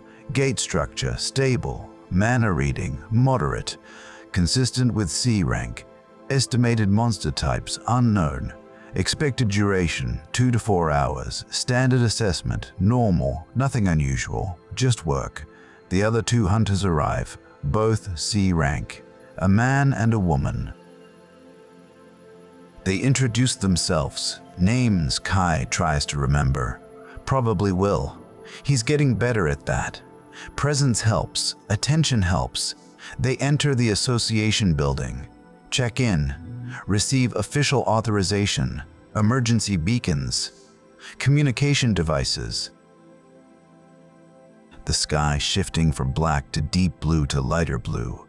Colors emerging. The world waking. The gate is in a warehouse parking lot, empty, abandoned. The perfect place for something to appear unnoticed. The shimmer is visible, the tear in reality, different from the sanctuary gate, darker, more ominous, more typical. Mira gathers them. Standard protocol. I lead. You three follow. We enter. We assess. We catalog what we find. If it's manageable, we map the first few chambers. If not, we retreat. Questions. No questions. Everyone knows the drill. Kai. Mira looks at him directly. I brought you specifically because of your perception, your recognition. If you feel something off, if you sense something wrong, you speak up immediately. Understood. Understood. Good. Let's go. They approach the gate, form a line. Mira first, then the male C rank, then the female C rank, then Kai. Standard formation. Tested. Safe. Mira steps through, disappears. The others follow. Then Kai. The sensation is the same as before. The membrane, the resistance, the release. And then he's through. The difference is immediate. This gate is not a sanctuary. This gate is danger. Real danger. They're in a cavern. Dark. Damp. The air smells wrong. Sulfur. Decay. Death. The walls are rough stone. Natural. Not built. Not designed. Just existing. Stay alert, Mira whispers. Unnecessary. Everyone is alert. Every sense heightened. Every instinct active. They move forward. Slow steps. They move forward. Slow steps. Watching, listening, feeling. A sound echoes, distant, guttural, animal, monster. Contact ahead, Mira says quietly. Weapons ready. They draw weapons. Kai's is a simple short sword, basic, E-rank equipment, but functional, sharp, ready. The cavern opens into a larger chamber, and there they are. Monsters, 3 of them.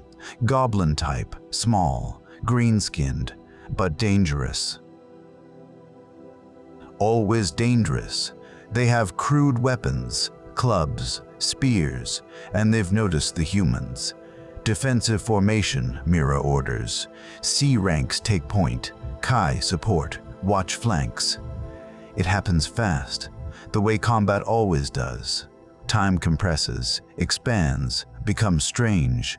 The goblins charge. The C ranks meet them. Steel clashes. Grunts, shouts, movement, chaos. Shouts, movement, chaos. Kai watches the flanks. His job, his role.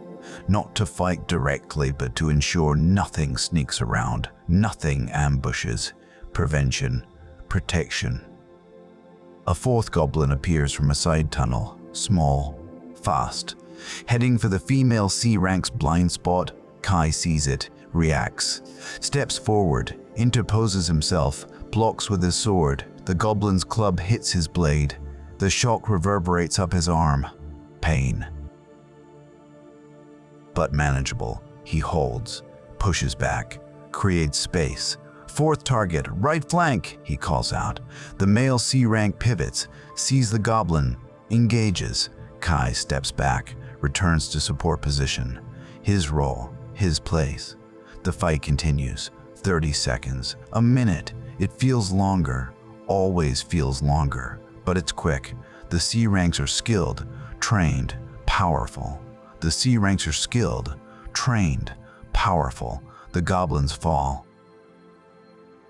1, 2, 3, 4. Combat over. Silence returns. Just breathing, heavy breathing, adrenaline slowly fading. Everyone okay? Mira asks. Affirmatives all around. Minor scratches. Nothing serious. Good equipment, good training, good outcome. Well spotted, Kai, the female C rank says. That one would have gotten me. Just doing my job. They rest for a moment. Catch breath. Assess. The chamber is clear now, empty except for goblin bodies, already dissolving, the way monster corpses do, returning to mana, returning to nothing. C, rank confirmed, Mira says. Standard goblin variants, probably more deeper in. We'll map 2 more chambers, then retreat. Standard assessment. Good work so far. They continue. More careful now. More alert. One fight means more fights. That's how it works. The next chamber has 5 goblins. Same process. Formation, combat, victory, minor injuries, nothing critical. The 3rd chamber has a surprise, not goblins, a larger creature. Orc variant, bigger, stronger, scarier, elevated threat, Mira says. Possible C+. We should retreat. But before they can, the orc charges. No choice now. Fight or die. This fight is harder, longer. The orc is tough, resilient, strong. It takes combined effort. All 4 hunters working together, coordinating, supporting. Kai's role shifts, not just watching flanks, but actively supporting, distracting, creating openings, drawing attention when needed. Not heroic, just helpful. The fight stretches.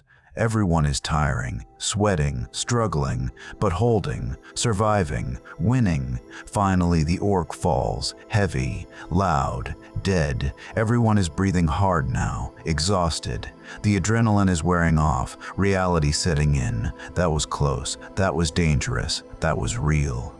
We're done, Mira announces. Assessment complete. C+ rank. Requires full team for clearing. We retreat now. No arguments. Everyone agrees. They've done their job, verified the threat. That's enough. More than enough. They make their way back, through the chambers, past the dissolved goblin corpses, through the dark cavern, back to the entrance.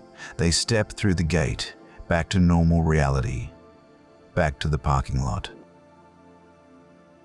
Back to dawn light and fresh air and safety. All 4 stand there, silent, processing, coming down.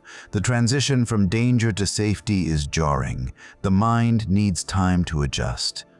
Good work, Mira finally says. Everyone performed well. Kai, your support was valuable. Proper awareness, proper calls. You got instincts. Trust them more. They report to the association representative waiting nearby. Confirm rank. Provide details. Official business. Bureaucracy. The mundane after the intense. Compensation is transferred immediately. More than last time. C+ assessment pays better. Danger premium. The team disperses. The 2 C ranks leave together. Mira stays. Looks at Kai. You did good. Really good. Really good. You're wasted as just E rank support. Have you considered ranking up? How would I do that? Request a rank evaluation. Show what you can do. You won't jump to C, but probably D, maybe even D+. Your combat skills are adequate. Your awareness is excellent. Your support abilities are valuable. That's worth more than E, Kai considers. Ranking up, moving forward, growing. Is that what he wants? Or is he comfortable where he is? Think about it, Mira says. Let me know. I have more assessments coming. I'd like to work with you again, whatever rank you are. She leaves. Kai stands alone in the parking lot. The sun is fully up now. Morning established. The day beginning properly. He takes a deep breath, feels his body, sore, tired, but alive. Present, here. He survived, he helped, he mattered. That's good, that's enough. Chapter 10, Integration. The train ride back is quiet. Kai sits by the window, watches the city pass, thinks about the morning, the gate, the fights, Mira's words, ranking up, change, always change, evolution, growth, moving forward. Is he ready for that? His phone buzzes. "How did it go?" he types back. "Good. Gate was C+. Combat. Everyone safe. I helped. Response. Proud of you. Come to office when you can. Want to hear everything." He smiles. Yuna's enthusiasm. Constant. Infectious. "Good. Another message. His sister. Thinking of you. Hope you're having a good day. Love you. Family. Connection. Love you. Family. Connection. Love. Love you too." These small connections, these threads between people, they matter. They sustain. They remind us we're not alone. Kai exits the train at his stop. But instead of going home or to the guild office, he walks to a park. Small, local, just a few trees, some benches, a playground, simple public space. He sits on a bench, watches the park, morning activities. A mother pushing a stroller, an old man doing Tai Chi, a dog walker with 3 dogs. Life, normal life, continuing, always continuing. He breathes deeply. The air is fresh, clean. The morning is beautiful, peaceful. Despite the danger he just faced, despite the combat, despite the intensity, the world is still here, still beautiful, still offering peace. This is what matters, he thinks. Coming back to this, remembering this, the peaceful world, the normal world, the world worth protecting. He sits for 20 minutes, 30. No agenda, no plan. Just sitting, being, present. The park holds him. The morning holds him. Life holds him. Eventually, he stands, stretches, continues to the guild office. Yuna is there, as always. As expected. As right. "Tell me everything," she demands immediately. He does. All of it. The gate, the goblins, the orc, the fight.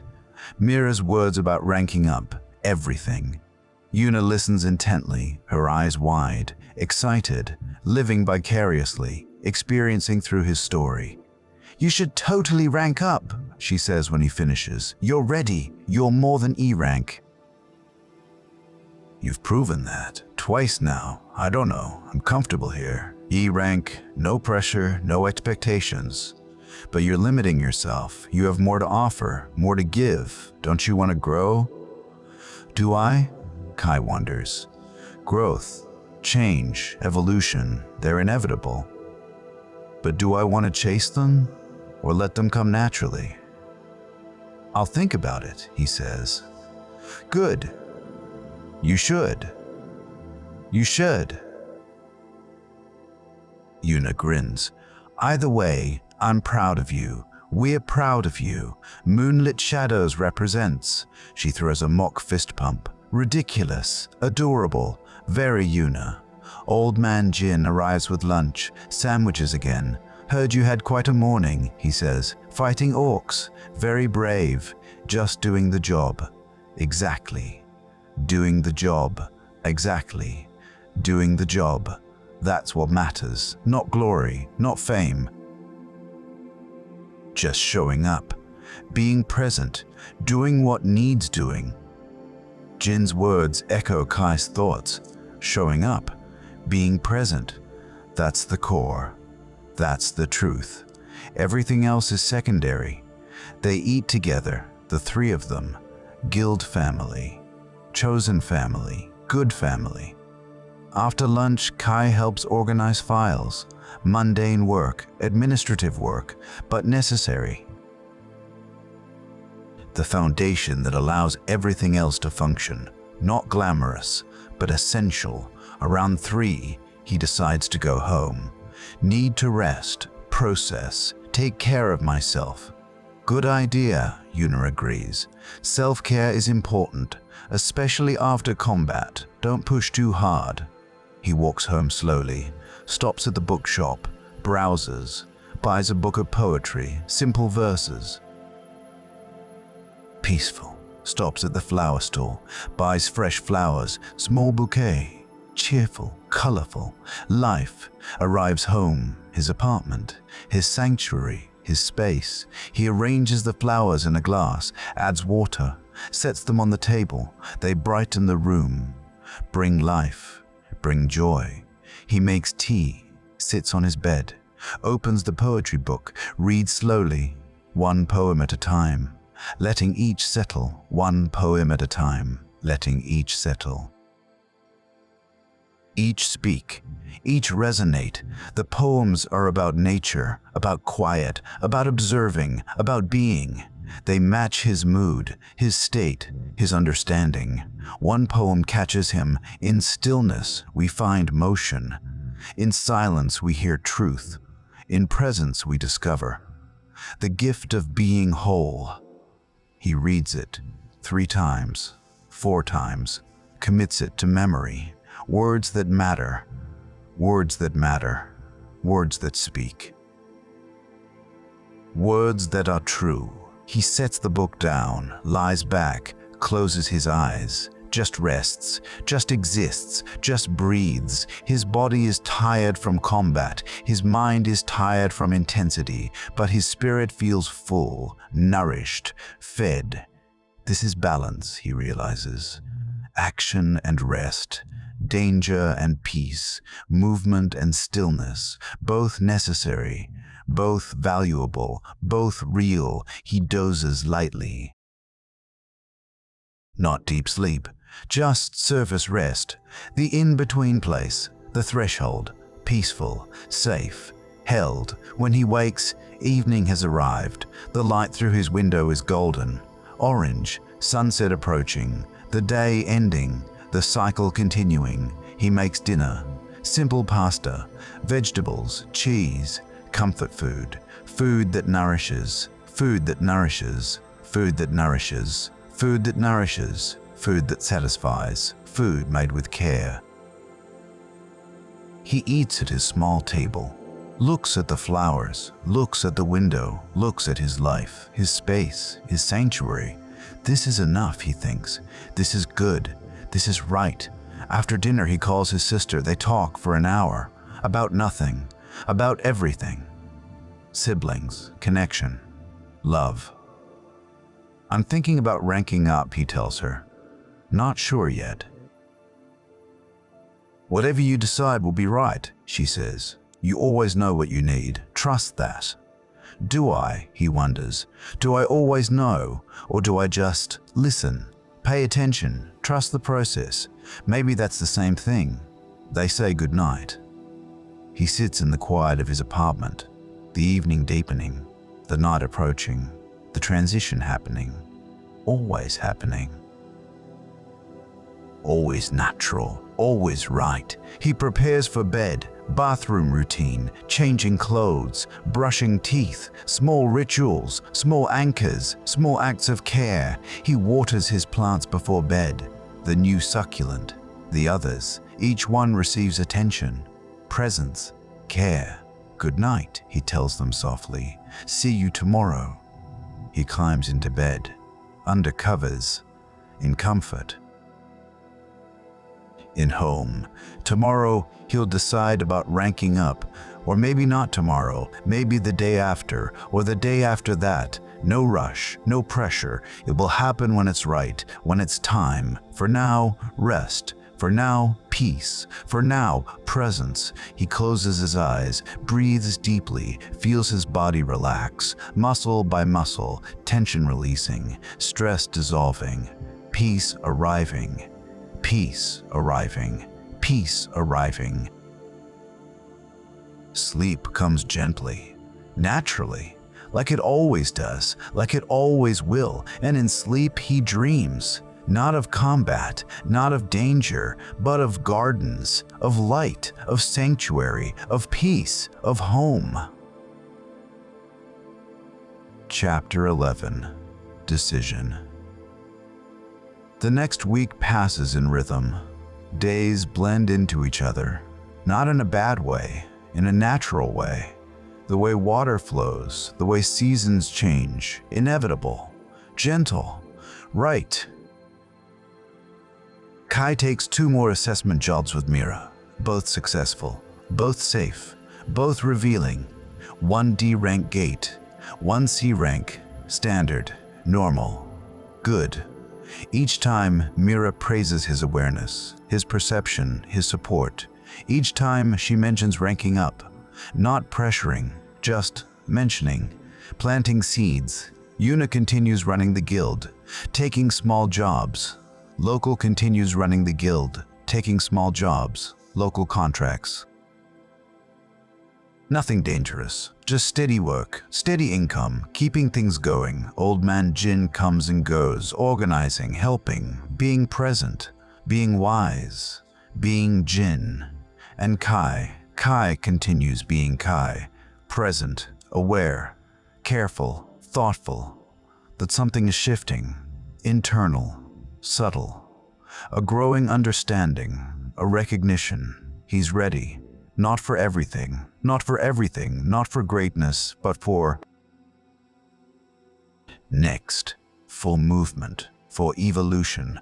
On Thursday evening, sitting in his apartment, looking at his plants, he makes the decision. He'll request a rank evaluation, he'll test, he'll see where he stands, not to prove anything, not to achieve anything, just to know, to understand, to recognize his own growth. He sends an email to the association, formal, polite. Request for rank evaluation, E rank to potential D rank. Available whenever, no rush. Response comes the next morning. Fast, efficient. Evaluation scheduled for next Tuesday, 9 a.m. Bring equipment, bring readiness, bring self. Kai tells Yuna. She squeals, literally squeals. This is amazing. I knew you'd do it. I knew you were ready. He tells Jin. The old man smiles, nods then to 7. Good. Growth is natural. Embrace it. He tells his sister. She's proud, supportive, loving, as always. He tells Mira. She's pleased. Professional. You'll do fine. Trust your instincts. Show them what you can do. The days until Tuesday pass quickly. Kai doesn't train intensely, doesn't prepare frantically, just continues, lives, exists. Takes care of himself, rests, eats well, sleeps properly, stays present. This is preparation, not pushing, not forcing, just being ready, being whole, being present. Tuesday arrives. Morning, clear sky, fresh air, good day for evaluation. Kai dresses in his armor, checks his equipment, everything in order, everything ready. He eats breakfast slowly, toast, eggs, coffee, nourishing, grounding, preparing, grounding, preparing. He stands at his window, looks out at the city, the life, the movement, the ongoing existence of everything. Today, he tells himself quietly, whatever happens, I'm ready, I'm present, I'm enough. The association headquarters is busy, many hunters coming and going, business as usual, life as usual. The evaluation takes place in a controlled environment, a training dungeon. Artificial, designed, safe but challenging. Kai is evaluated on multiple criteria: combat ability, tactical awareness, problem solving, teamwork, support capabilities, adaptability. He performs steadily, not spectacularly, not poorly, just steadily, competently, presently. He fights simulated monsters, works with simulated monsters, works with simulated monsters, works with simulated team members, responds to simulated emergencies, shows what he can do. The evaluators watch, take notes, assess, judge, determine. After 3 hours, it's done, complete, finished. Results will be available in 48 hours, they tell him. You'll receive notification via email and official post. Kai nods, thanks them, leaves, done. Whatever happens now is out of his control. Decided determined, complete. He doesn't feel anxious, doesn't feel worried, just peaceful. He did what he could, showed what he has. That's enough. That's all anyone can do. He goes to the guild office. Yuna is waiting, anxious. How was it? Fine, good, results in 2 days. I bet you passed. I bet you're D rank now, maybe even D+. Maybe, we'll see. They spend the afternoon together, we'll see. Talking, being, guild life, good life, simple life. That evening, Kai treats himself, goes to a nice restaurant, nothing fancy, but nice, good food, good atmosphere. Celebration of trying, celebration of showing up, celebration of presence. He orders thoughtfully, savors slowly, enjoys completely. The food is delicious, the experience is pleasant, the moment is good. Walking home, he feels content, not excited, not nervous, just content. Whatever rank he gets, he'll accept it. Whatever happens, he'll handle it. Whatever comes, he'll be present for it. This is peace. This is understanding. This is being whole. Chapter 12. New rank, same self.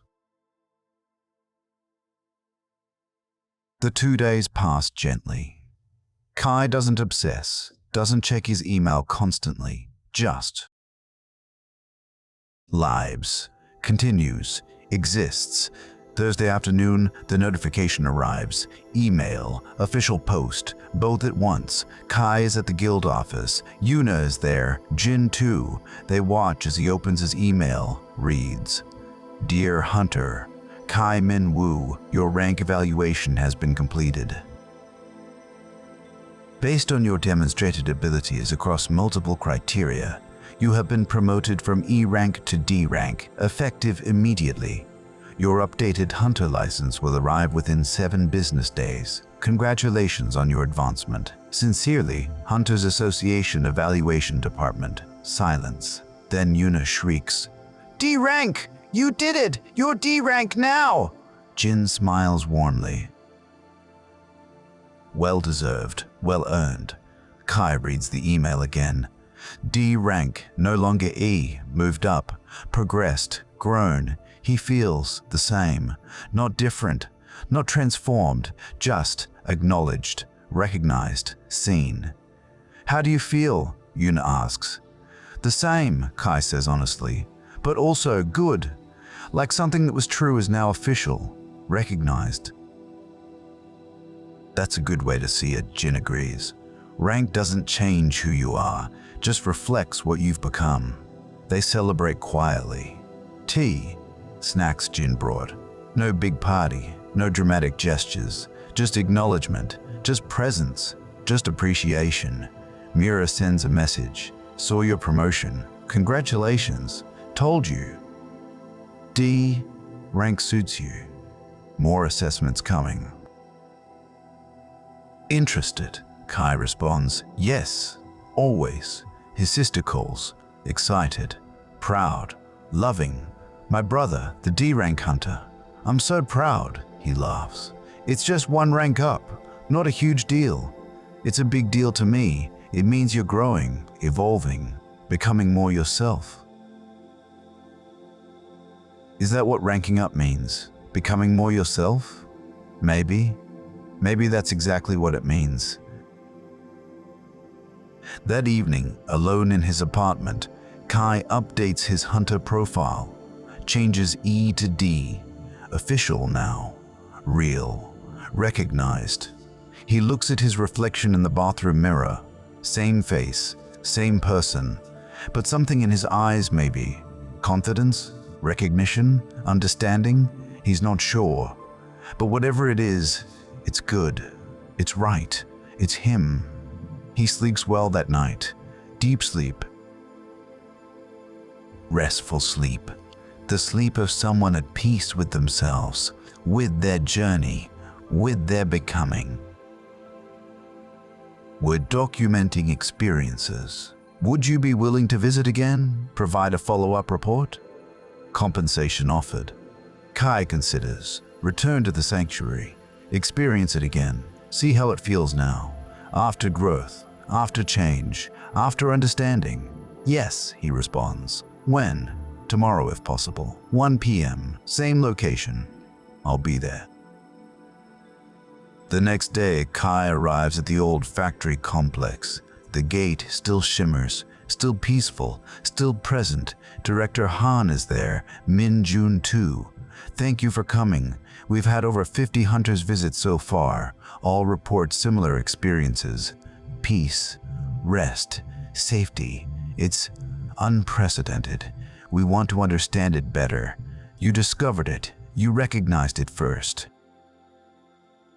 Your perspective is valuable. Kai nods. I'll do what I can. Go in alone this time. Spend as much time as you need. Observe, feel, understand, then report. Simple, alone. Different from last time. No team, no mission. Just presence, just observation, just being. Kai approaches the gate, pauses, breathes, centers, then steps through. The sensation is familiar now. The membrane, the resistance, the release, and he's in. The corridor welcomes him.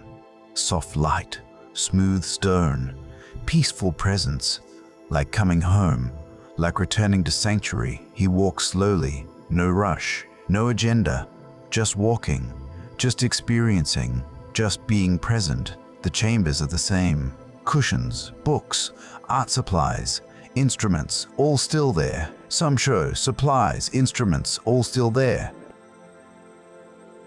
Moved cushions, open books, fresh art, evidence of visitors, evidence of use, evidence of the sanctuary fulfilling its purpose. Kai enters the chamber with cushions, sits, cross-legged, comfortable, present. He closes his eyes, breathes, feels the space, the peace, the holding, the acceptance, and he understands something new, something deeper, something important. This place doesn't just offer rest, it offers recognition. It sees people, sees their weariness, sees their struggles, sees their need, and responds, holds, accepts, without judgment, without demands, without conditions. Unconditional sanctuary. That's what this is. Rare, precious, needed. He opens his eyes, looks around, sees the chamber differently now, not just as space, but as gift, as grace, as love. Love from whatever forces create these gates. Recognition that hunters need rest, need peace, need sanctuary, balance. For every dangerous dungeon this, for every threat this refuge, for every fight this peace. He stands, continues exploring, enters chambers he didn't see before. More rooms, more spaces, each with its own character, its own offering. A chamber with soft beds, for actual sleep, for deep rest, for recovery. Several beds show use, rumpled blankets, indented pillows, hunters who slept here, who found deep rest, who healed. A chamber with a small fountain, gentle water sounds, peaceful, meditative. The water flows endlessly, clear, clean, pure. He cups his hands, drinks. The water flows endlessly, clear, clean, pure. He cups his memon. Perfect, refreshing, literal and spiritual sustenance. A chamber with windows, except the windows don't show the outside world. They show other places, beautiful places, mountains, oceans, forests, meadows, peaceful landscapes, not real, not actual, but beautiful, offering visual rest, visual peace, visual sanctuary. He stands before one window, watches waves lap against a shore, endless, rhythmic, peaceful. The sound comes through, soft, real, impossible but true. Time passes. How much? He doesn't know. doesn't track, doesn't measure, just experiences, just exists, just receives. Finally, he feels complete, full, ready to leave, not because he must, but because he's received what he needed: recognition, understanding. Renewal. He returns to the entrance chamber, pauses, turns back. "Thank you," he says aloud, "to the space, to the gate, to whatever consciousness might exist here, for this, for holding, for accepting, for being." The light pulses gently, once, twice, acknowledgement, acceptance, mutual respect. He steps through the gate, back to normal reality, back to the factory complex. Back to Director Han and Min-jun. "How long was I in?" Kai asks. Director Han checks his watch. 45 minutes. 45 minutes. It felt longer, felt like hours. Time dilation, common in dungeons, but different here. Peaceful dilation, not stressful, not dangerous, just different. "Tell me everything," Director Han requests. Kai does. All of it. The chambers, the fountain, the windows, the experience, the understanding, the recognition. Both men listen intently, take notes, ask questions, seek understanding. "You said it offers recognition," Min-jun says. "What did you mean exactly?"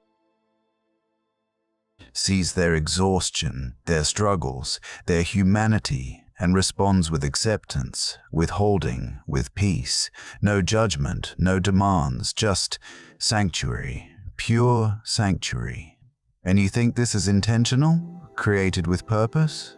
"Yes, absolutely. This isn't random. This is designed, created with love, with understanding, with recognition of need." Director Han and Min-jun exchange glances, thinking, processing, understanding. "This changes things," Director Han says quietly. "Our understanding of gates, of dungeons, of the system itself. If gates can be sanctuaries, if they can offer peace, then our entire framework needs reconsideration." Thanks for staying here and see you next video.